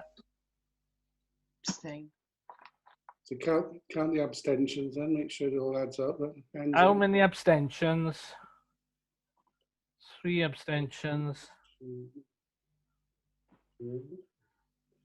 Does that add up to the total, Paul? It was 5-4, 3 abstentions, and was it 3 against? Linda, were you against? Yeah, Linda was against, so I think that's 4 against. 4. Yeah, so that's the. Against. Yeah, 3 against, 3 abstentions, 5-4. I got. Okay. Okay. Right. Right on. Moving on.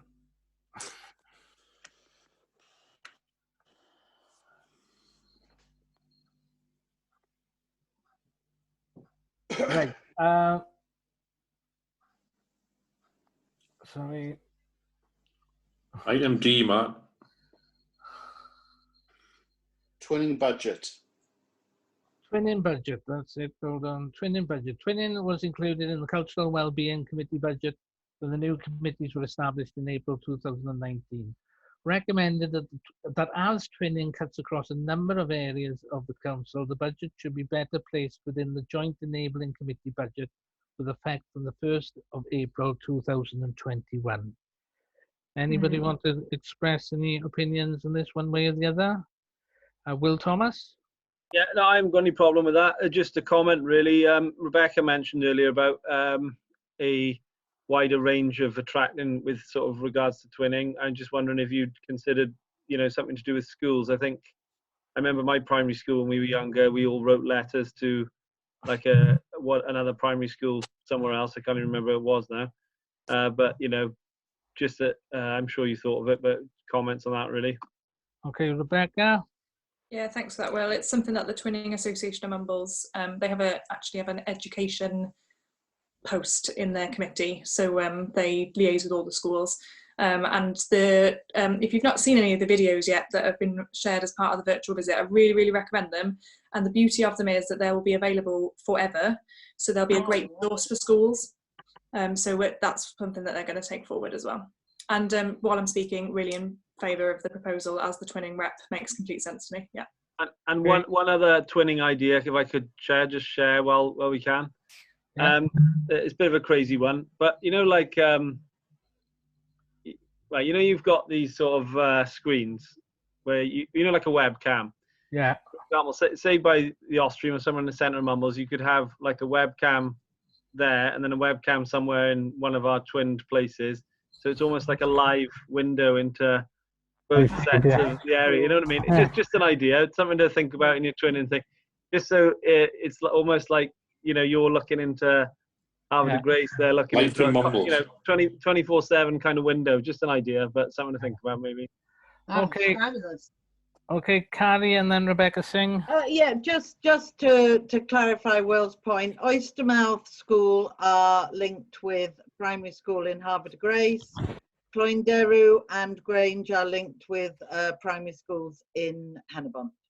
And they do indeed exchange letters and gifts and various other things. So yes, that is happening. There's also a link. St. John's Church in Harvard of Grace is linked with the All Saints Church, and the two vicars share all sorts of things, including videoed services and various other things. So it's more than just what's happening here. There's a lot of other things going on around it as well. Okay, Rebecca Singh. Well, Carrie sort of made my question moot because she's just answered it, because that's really good to know, because I still have my twinning pen pal. So. Oh, there we go. That's really good. Nuremberg. Okay, then. So I think in general we're quite. Sorry, Pamela. Yeah, Pamela, did you want to come in?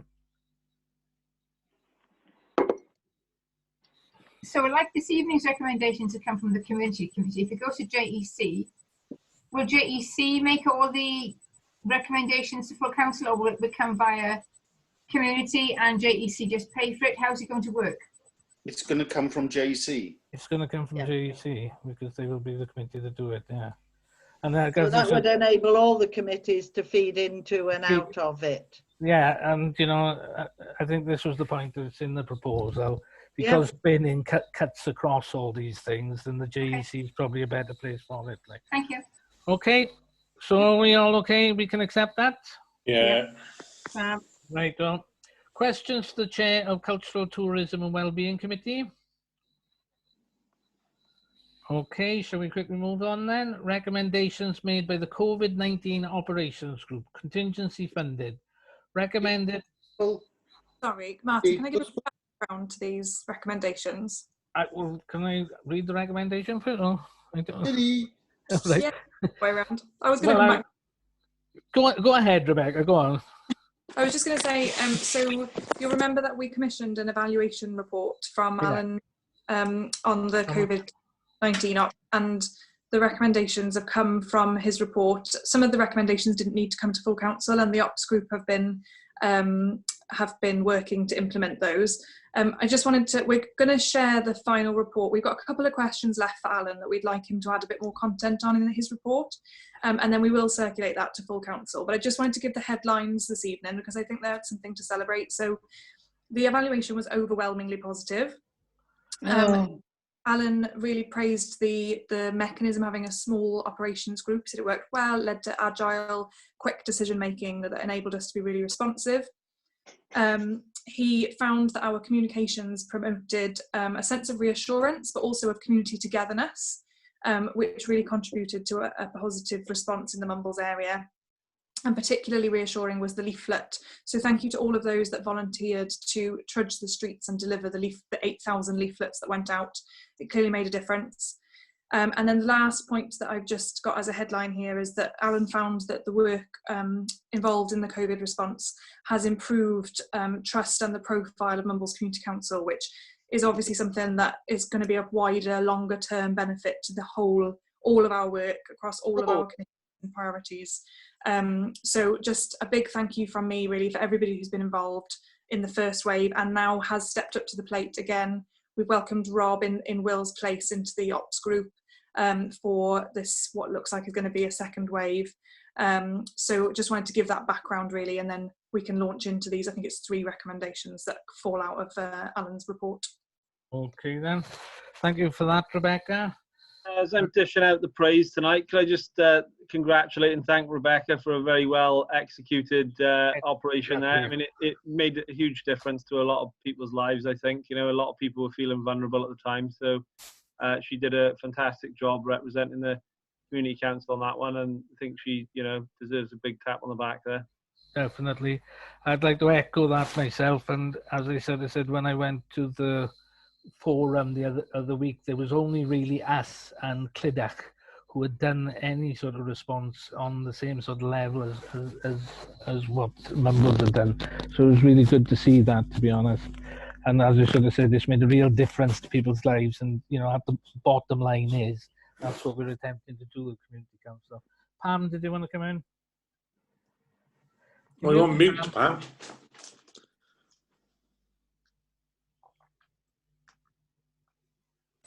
Only I went for coffee in the village last week and was accosted, there's no other word, by this person from West Cross who said, I wish I lived in Lacher. I said, oh, right, why? The councillors in Lacher are great. They go and visit people every month and they make phone calls. Like, what does the community council here do? I said, well, did you get in touch with them? How can I get in touch with them? I've been in lockdown. So there are still some people that we need to get out there in contact with. Well, yeah, this is always the case with any of these things. There's always one. There's always. You know who she is. There'll always be somebody who says, "Oh, I didn't know about it." Anyway, well, thanks for that. So, shall we move on to the recommendations? Sorry, could I just? Yeah.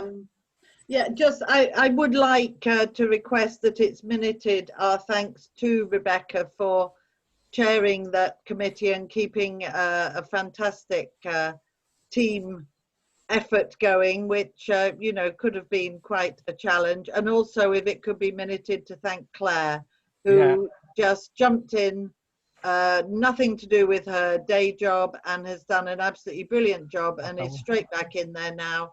And you know, I think we should have it minuted, our thanks for both of them for what they've done. Okay, Steve, can you note that, please? Okay, so if we can go to the recommendations now, recommending that up to 10,000 be allocated as a budget for a second wave. Anybody got any observations on that? Anybody want to object in or anything like that? Rebecca's mini me seems very positive about it anyway.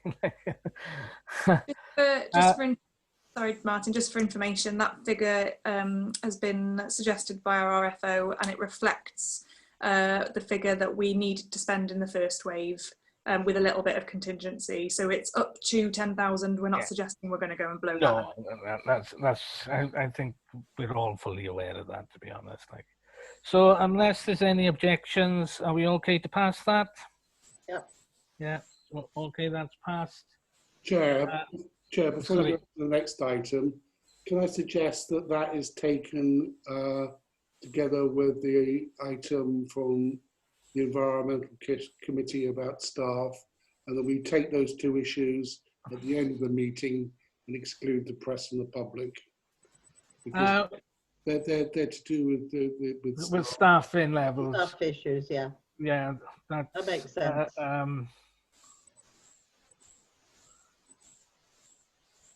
Yeah, okay. Yeah, okay, we can move that to the end of the meeting then. So if we go to RFO spending authority. Yep, I agree. Okay, that the amount being authorised. Okay, are we okay to authorise that? Everybody can read it themselves. Questions to the chair of the COVID-19 operations team? No. Anybody? No. I was wondering if they were going to drop another leaflet. Yeah, we discussed this today. Well, we are not going to drop another leaflet at the minute, because at the moment freedoms are still pretty relaxed. But we're going to instead develop posters to go in public places, so shop windows, pharmacies, that kind of thing. And then if we should ever go back into full lockdown, then we're ready to deliver another leaflet. Okay, so can we move on to recommendations made by the Premises Committee? This relates to, we haven't got the chair of the Premises Committee here today.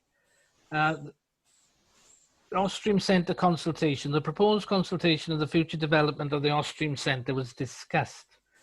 Recommended that the placemaking consultant or other consultants be requested to undertake a rigorous objective evaluation of the community's wishes in respect of all projects involving the support and acquisition of community facilities that have been proposed but are not yet ready to proceed, including the Ostream Centre, Underhill Park, Bowles Green and Pavilion. The exercise will allow the council to prioritise its efforts and energise in accordance with the community's wishes. Can I, as Vice Chair of Premises, could I just jump in here? Yeah. Thanks. So I wasn't actually, I was at the first half of that meeting the other day, but I left. The problem, as far as I'm aware, we've already okayed the Ostream consultation. We've agreed an amount, and the placemaking contractor, theoretically, I assume, has been appointed. So this is almost going backwards on that. And I think it gets mixed up with that. I think if we are going to look at this, we either look at doing them as separate topics, like, for example, the Bowles Green and the other topics that you mentioned there, or we clump the others together and leave the Ostream separate. I mean, I don't see why one big consultation is better than having, you know, individual ones. I don't think it's going to save a huge amount of money, and it could lose focus, really. That's just my opinion. Well, I was in on this meeting, and to be honest, I lost the thread of what was being discussed, really, because what I am not at all clear about in relation to this proposal is if we are going to go down this route, why have we got Underhill Park and not the skateboard park covered in this proposal? Now, my sort of feeling is if we are going to, as it says, undertake rigorous objective evaluation of the community's wishes in respect of all projects involved in the support and acquisition of community facilities. That doesn't seem to make perfectly any sense to me, but that was my sort of undertaking from the thing. Carrie?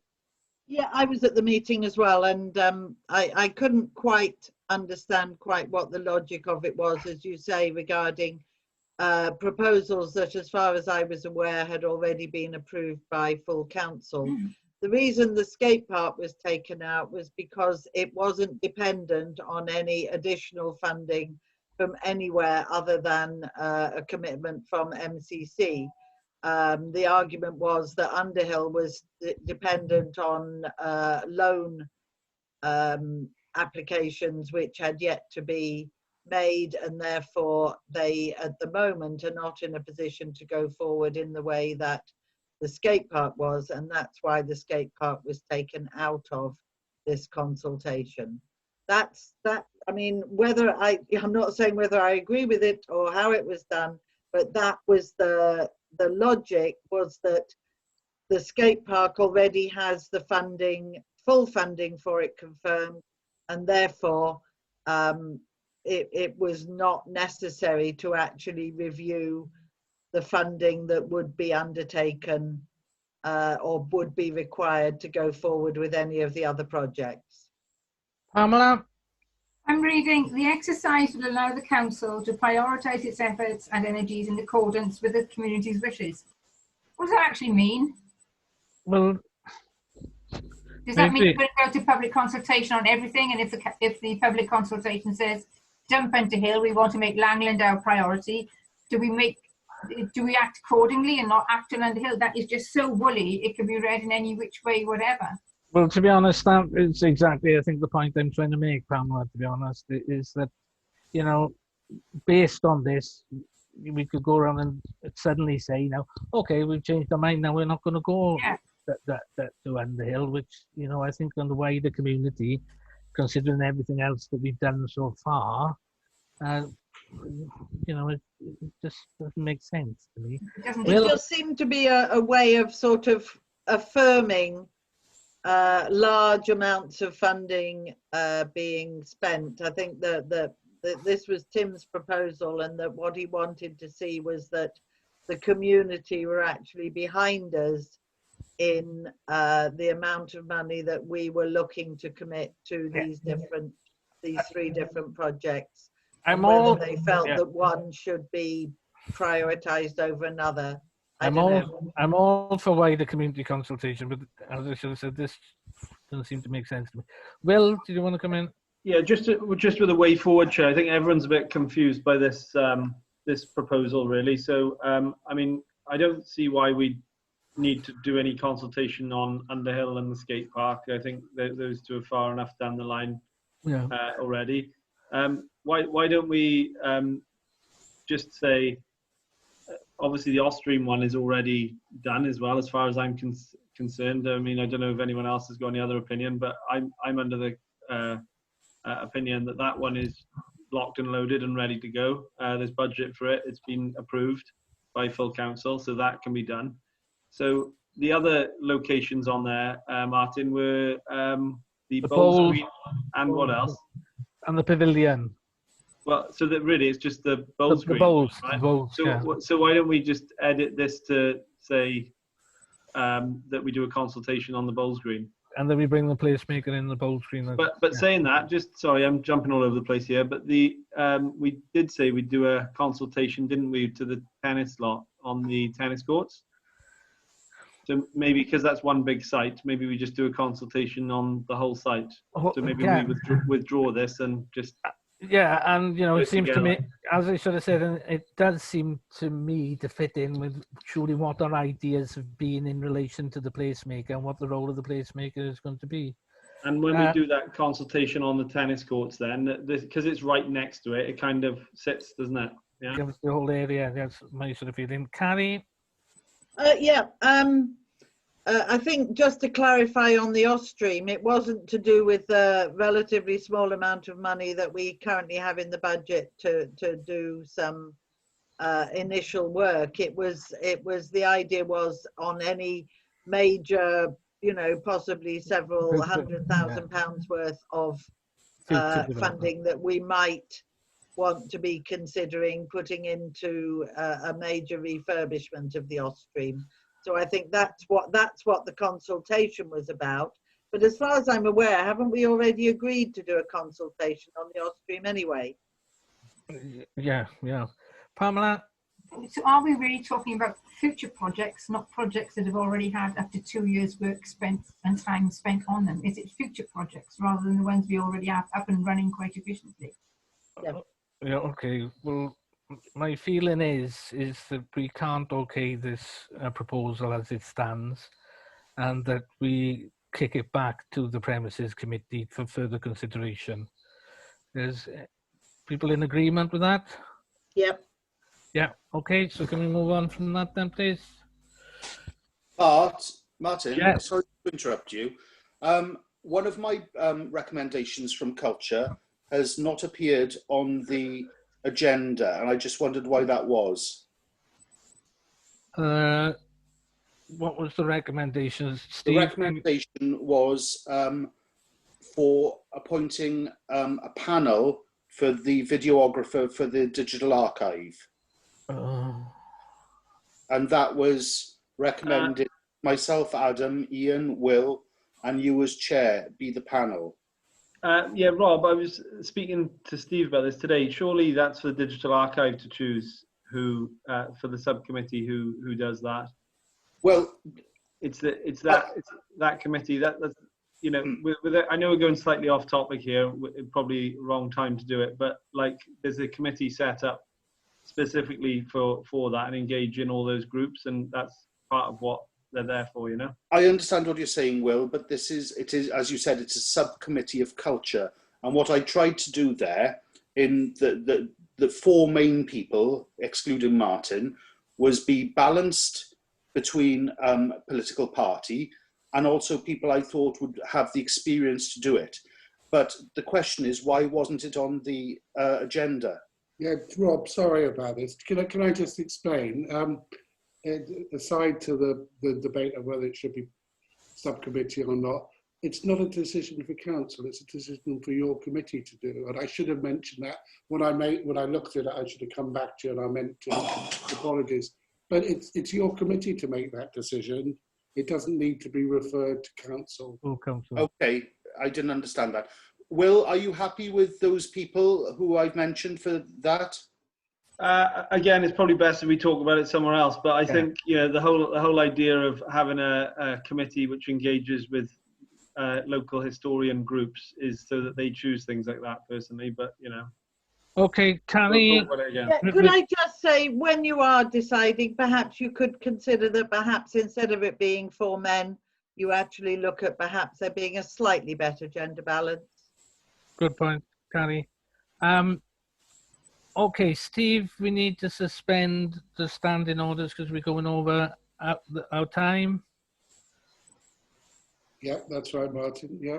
Okay. So you need to ask for agreement. Everyone's happy. Yeah, are people in agreement with that, or are you all going to disappear now? Disappear. That's fine. Disappear. Yeah, I know the feeling. Right. So, question to the chair of the premises committee. The chair of the premises committee is not here, so can we move on from there? Items from the planning subcommittee. Land rear of Cedar Crescent, 6 semi-detached bungalows. Recommended that no objection be made on the application as the land has not been maintained and alternative use of the land has not been pursued. It was also felt that there were other open spaces within the vicinity that could be used for recreation and that the building of the bungalows would free up valuable social housing for families. Anybody want to come in on this? Any observations? If not, then can I recommend we accept that recommendation? Yeah. Okay. Planning application.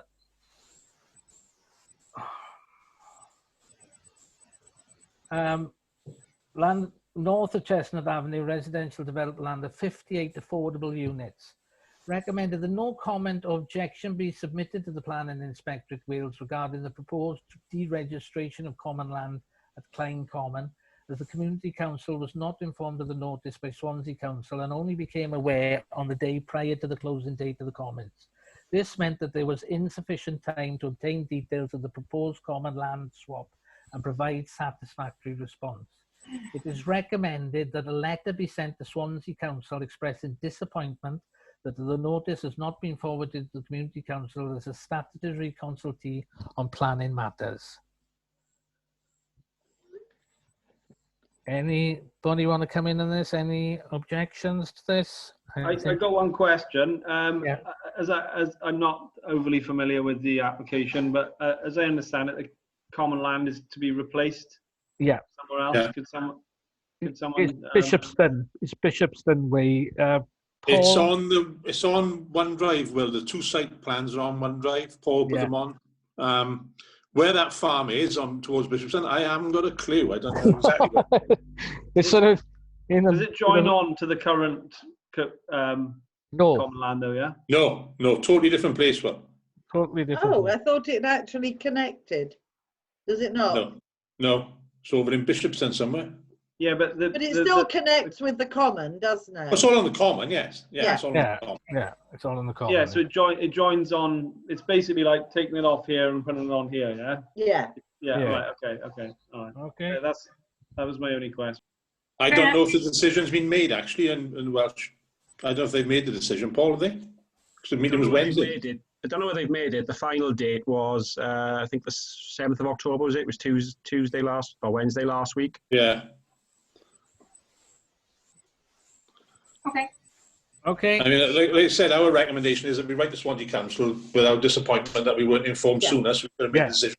That's I fair think enough. that's fair enough. I think we can all agree with that. We should have been informed. And then once the planning application for the 58 houses come up, we'll have plenty of ample time to scrutinise that. Then once the plan is submitted. That's what I mean. Then we will scrutinise that then. Okay. Right. Questions to the chair of the Economic and Wellbeing Committee. Any questions? I'll ask one. Ian, I know you were looking at dog bins and bins. I know obviously it's very high on our consultation that we had.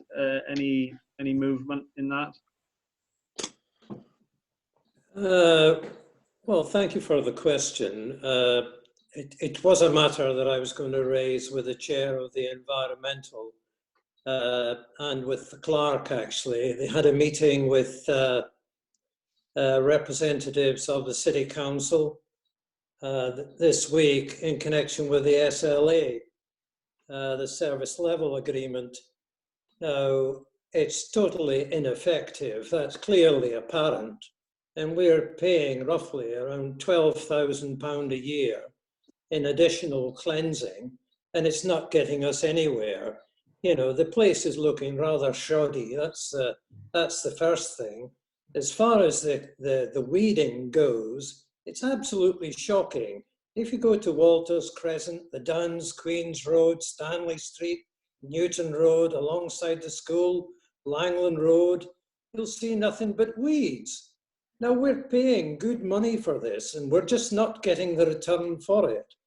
So I got a bit fed up of having to wade my way through these weeds. So it was something that I raised at Economic. And of course, the other thing then was that the bins that we're tending to use these days really aren't fit for purpose. So again, that falls within the remit of the Environmental Committee. And I spoke with the clerk on this, and there's absolutely no reason. And I was saying earlier that monies could be better spent. Well, monies could be better spent on providing some fit for purpose bins that you could put refuse in, you could put cans in, you could put in recyclable coffee cups, that sort of thing. And the other question I was going to raise with regards to the meeting that that's just taken place is the what's the council's policy on these bins? Because it would appear to me that they're cutting back not only on the dog bins, but they're cutting back on the refuse bins, and they're trying to save money by doing that. And I believe there's a new head of department who's looking to, cut certain expenses. So, yeah, can I just? What my question was really: are you putting it in the budget, or are you saying it's in environmental matter bins? Because I thought bins. Well, I'll be very interested to hear what the clerk says and Carrie says on environmental. If it falls within the remit of economic, I most certainly would be putting money in for additional bins, and bins that look a little bit more attractive than what we currently have. Yeah, the other point. And I would be looking to have an improvement on the SLA agreement, because we're wasting our money. Okay. Yeah, just one other point. I know Ian's point there about them removing bins. I know of 3 bins that have been removed and not replaced because apparently there's no money to replace them. So it is an issue. Okay. It is an issue, and I've spoken to council employees about it, and they also know it's an issue. Okay, Carrie, you want to come in? Yes. Yes, we are currently actually renegotiating the SLA with a view to having it revised to start from April 2021. Those negotiations are still in progress. And obviously once we've got some sort of recommendation, we'll be bringing it to you. Regarding the bins, Maddie is currently doing a survey of every single bin in the whole of the Mumbles Community Council area, with a view to looking at increasing the number of recycling bins by putting they're sort of like vinyl jackets on the bins, which A, will make them look more visible, and B, will identify whether they are whatever they're for. We're working with a company regarding providing coffee cup bins. So there is actually in Environmental Committee a lot of work going on at the moment on that very subject. Fair play to Maddie, because that sounds like a rubbish job. I've done every bin in Klein Gardens, so I'm helping her out with it. Okay, well, if we can leave it at that for now in relation to the question. Work in progress. And it's something which is work in progress. So can I just say something about the budget? And I'm sure Paul, regardless of which committee deals with the bins, if Ian feels or any other councillor feels strongly, they should put that in to the relevant committee and ask that the committee consider putting X aside for rubbish bins, Okay. But the point I'm making is just because you're not on a committee doesn't mean you don't have views on what that committee does, and doesn't mean you shouldn't be able to influence them. You should. Yeah, and be able to submit the point. Yeah. So thanks for that point of information, Steve. Items from the Environmental and Wellbeing Committee. A. Underhill recommended that MCC expect that MCA on any building funded either fully or partly by MCC at a minimum maintain BREEAM standards, be carbon neutral, and if possible, an energy provider. I'll go on to the next point, that MCC members of the Underhill Joint Working Group be instructed to take that message to their meetings. Shall I say a few words on that? Yeah, I wonder if you could explain to the full council, what exactly BREEAM standards are. Right, well, they're about 50 pages long, so I won't actually explain them all. But basically, BREEAM standards are to do with energy efficiency and ensuring that public, it's particularly for public buildings, it should be a requirement that they meet as a minimum the BREEAM standards, which ensures that they are energy efficient, that they do not actually increase the carbon footprint, that they, wherever possible, actually save energy. And what we are asking is that, in fact, MCA should be looking at buildings which are not just carbon neutral, but which can be actually energy providers, which can feed into the grid. Any building there would have a huge potential for solar panels to be put in, to have wastewater recycling, all those kinds of different areas. And if I can just remind council that we did actually vote to declare a climate emergency, and therefore, in order to honour that commitment that the council has made, we should, as a matter of absolute minimum principle, ensure that we are not putting money into buildings that do not actually support reducing climate and global warming. Okay, Will, and then Rob. Yeah, just first point, obviously, as you mentioned, building standards in Wales are pretty high when it comes to energy efficiency, and that obviously will have to be done, no question about it.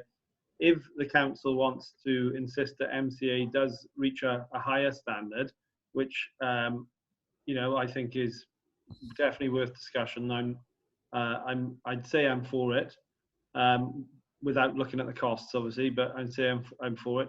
The only problem is I can't see how this would keep us within the budget that we have. Obviously, I don't know, so I'm just anticipate that these sort of measures would push us, you know, over the amount that we've currently got, you know, towards the scheme. So don't be surprised if we do say yes to this, that they come back and say fine, but it's going to cost X amount more. That was my only point. That's an argument that needs to be made. Could I bring Rob in, please? Yeah, I mean, on the same thing as Will has just mentioned, I'm all for trying to protect the environment as much as we can, but I don't see how we can agree to this proposal when we don't know the implication of the costs. What I don't want us to be in a position of is agreeing to this and then find, well, actually, we don't have enough money to do Underhill. That's my worry about it. Yes, we have declared a climate emergency with this council, but I think those are on preventative things, like trying to be use less plastic, you know, recycling more and stuff like that. I think this could cost quite a lot of money, and it's money that we don't have budgeted for, and that's my worry. I don't want to see this project delayed. Okay, Rebecca. Thanks, Martin. So I actually asked this question of Carwyn way back before we even agreed the 1.2 million for Underhill, and he at that time was able to give me verbal assurance that environmental considerations had been taken into account. So I think probably the first step is to ask the question at JWG, at the joint working group, what the current standard is and what the gap is between what this proposal stipulates and what is already planned, and therefore get an indication of the cost. I think, you know, having been the person that brought the proposal for a climate emergency to full council, that even when it costs more, there's an argument to be made for doing it anyway. You know, this is the future of the planet after all. But I think understanding the intentions from an MCA perspective first, rather than guessing what the implications for cost might be, would be a sensible approach. Yeah, if I could sort of come in on this, is although I know the BREEAM standards have been discussed in relation to the development at Underhill, exactly, you know, and the point that Rebecca made there, this whole thing about the environmental impact has been covered in the planning, and it's been a point of discussion. Whether it, and again, I'm not an expert on the BREEAM standards and exactly if it's fully compliant with BREEAM standards, what that will actually entail.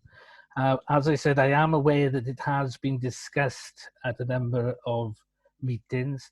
I would support what Rob is saying there. This is a difficult one to come at now, because what are we talking about in relation to financial implications in relation to our budgets? Because, as I sort of said, it's been discussed about, if we are saying that at the minimum maintain full BREEAM standards, be carbon neutral, and if possible, energy providers, that could have really significant cost implications. Which are things I think that, we would really need to consider before we pass this. But also the other thing that I'm thinking about, particularly this proposal, why are we just talking about Underhill? What about all our other developments? What about Offstream? What about the skateboard park? All these BREEAM standards apply just as much to them, so why should it just be Underhill? Carrie? Absolutely.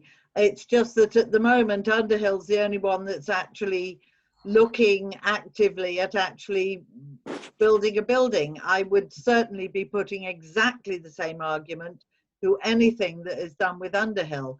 Underhill has huge potential for reducing its carbon footprint. It's got a massive roof that could provide huge amounts of solar energy.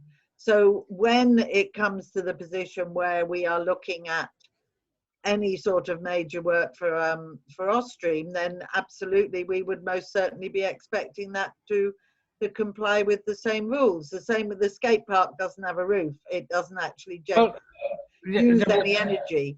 But the BREEAM, and we are making sure, as far as the skate park's concerned, that we are actually making sure that all the surrounding green area, the hawthorn hedges, which are in order to absorb pollutants, that the surrounding landscaping will be bee friendly, wildflowers. We will not be looking at doing grass cut every 2 weeks. All those things have already been built into the plans for the skate park. Yeah, but unfortunately, we don't know to what extent they've been built into Underhill, and therefore we are asking that is something that is taken to MCA, and that questions are asked and that commitment is given. Well, again, I can't remember seeing anything. I could be wrong on this in relation to the BREEAM standards, in relation to the skateboard park, or Offstream, or the Bowls Green come to that. No, they haven't, because there aren't any planning, any actual plans for them yet. Apart from the skate park, which doesn't have to comply because it's not a building.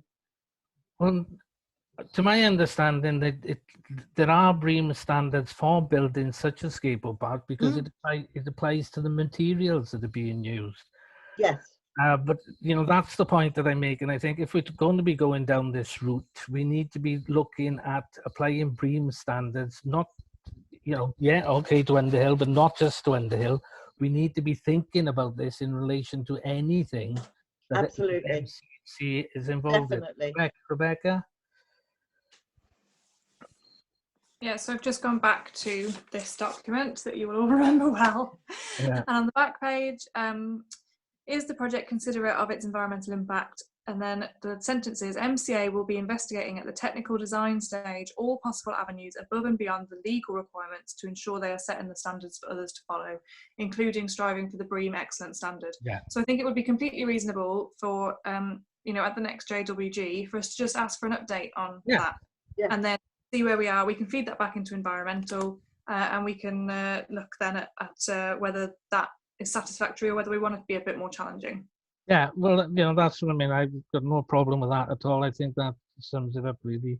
Let's go back with that, find out what the situation is, and then come back with, where we are, But also, you know, I do think that this is important, that, you know, it's not just Underhill, that we need to think about it in relation to any other Absolutely. building project that we are involved in. And I think that's a commitment that we should be making, that is something that MCC will insist on in any project. And I'm quite happy to ask Community and Social to refer the materials being used in the skate park to comply with exactly the same. Yeah. So, shall we further investigate this, particularly in relation to Underhill, and then report back to the Environmental Committee, and then we can take it from there? Is that a good way? Well, I'd like something a little stronger than "we will investigate." I think we have to agree to investigate to confirm that they are actually going to follow those requirements. I don't think we can do that until we know. We can. Until we We're know what paying the money. We can insist that they do it. Of course, we can do it. We need to find out how much it's going to cost first. So I don't think we can add that clause in and hang them over a barrel. And also, you know, I don't know, like as Carrie sort of said, from my experience of these BREEAM standards, they're quite extensive. There's quite a large documentation. I am not exactly sure, you know, what if there's different gradients of BREEAM standards and stuff like that. So I would be loath to pass a commitment at this period in time before we explore what it is we're committing to. Yeah, and also the sentence Rebecca read out earlier about the excellent standards. I mean, we don't really know what that entails, do we, to be honest? So, you know, let's get the information first. Let's get the information first. Richard? Yeah, it's fair to say that these standards on face of it would be the ideal thing to aim for, but we've got to be pragmatic. Yeah? Is that correct? I don't think we can be pragmatic about, you know, something. We have declared a climate emergency. This is the future of our planet. Being pragmatic and saying, oh well, you know, if it you know, increases the carbon footprint, well, we're just being pragmatic about it. I mean, is that seriously what we want to do? But the budgets. But the line that Rebecca read out from that documentation is they would strive for levels of excellence. And, you know, that's what we need to ascertain. You know, it's not just making do, it's striving for, you know, that is what the statement is. They're striving for levels of excellence. And well, levels. Can we have that as not a striving, but actually committing to? No. Why not? I think that's what we don't know how much it's going to cost. We've got to have the figures first. We need to know how much it's going to cost first. Let's revisit but we need first to make the commitment to investigate. Can everybody calm down? I think the best thing that we can do on this is we revisit it when we've got the information, when we're a lot better prepared to make a concrete decision on this. As I sort of said, I think just generally as an ethos, we are committed to this and we are committed to the ethos of it. But at the same time, I really think that we need more information before we make an informed decision. Ian? Thank you, Chair. I think Councillor Townsend-Jones has had enough to say this evening. Can we take a vote on this, that it's referred back and then we bring it back? Because we're just going round in circles here. I don't know, you know, okay, you know, we declared this climate emergency. From what I can gather, it hasn't got terribly far. I don't see that Underhill should be having to pay for it. Is this a mandatory requirement under building regulations? And if it isn't, well, it's okay being idealistic, but come on, this sort of behavior, you know, just spending money, delaying tactics. Can we have a vote in it and refer it back, please? I will just give Carrie one last reply. But you know, can we please at least agree that we will raise this through the joint working group You Yeah, know, yeah. what's the point in referring it back to the Environmental Committee? What answers do you think we're going to give? We have Well, nothing to do with this we're going to project. find out some more information We will about find. it. We will find out through the joint working group. What? Thank you. Okay. I'm just asking that the joint working group will agree that this should be something that is addressed with MCA, and that at least you then bring back those answers to this committee. We will. We will. That's Thank what we you. are. Okay. So can we agree that we ask the joint working group to explore the situation and then to come back? Yes. All in favour? Yes. Thank you. Right. Oh, nearly there, people. Good. I know. Right, then we will have to. Are we at the point now? Right. Yes. So, Michael, I'm sorry. Can we ask you to leave now because we need to go into closed session? We need to talk about people's things. Great stamina, Michael. Well done. Thank Hats you off to very you much there. for attending. You need a badge for that, a special Yeah, badge. definitely a badge. Yeah. Yeah, Chair, you just need to officially propose a motion that the public are confidential nature that confidential nature, public are excluded. Okay, are we all in agreement to that? Yes. Yes. So we go back to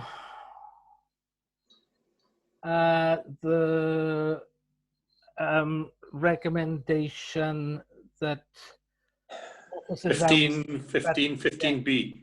Yeah, 15B, I'm there. Recommended that any additional hours worked by Claire on COVID-19 duties are automatically approved and paid monthly in arrears. Anybody got any objection to that or anything? No. Okay to okay that?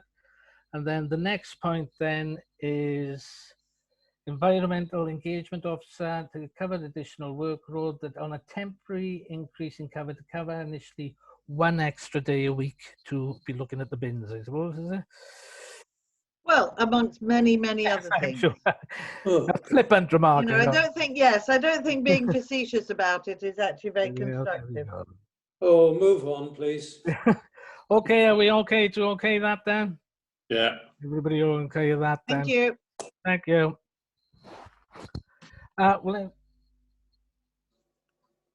Questions to the chair of the Environmental Wellbeing Committee. I don't think I just covered that. Yeah. If there are no questions, then I will wish you all Good night. There we go. Good night. Have a good evening and enjoy the rest of your evening as much as you can. Bye-bye, everybody.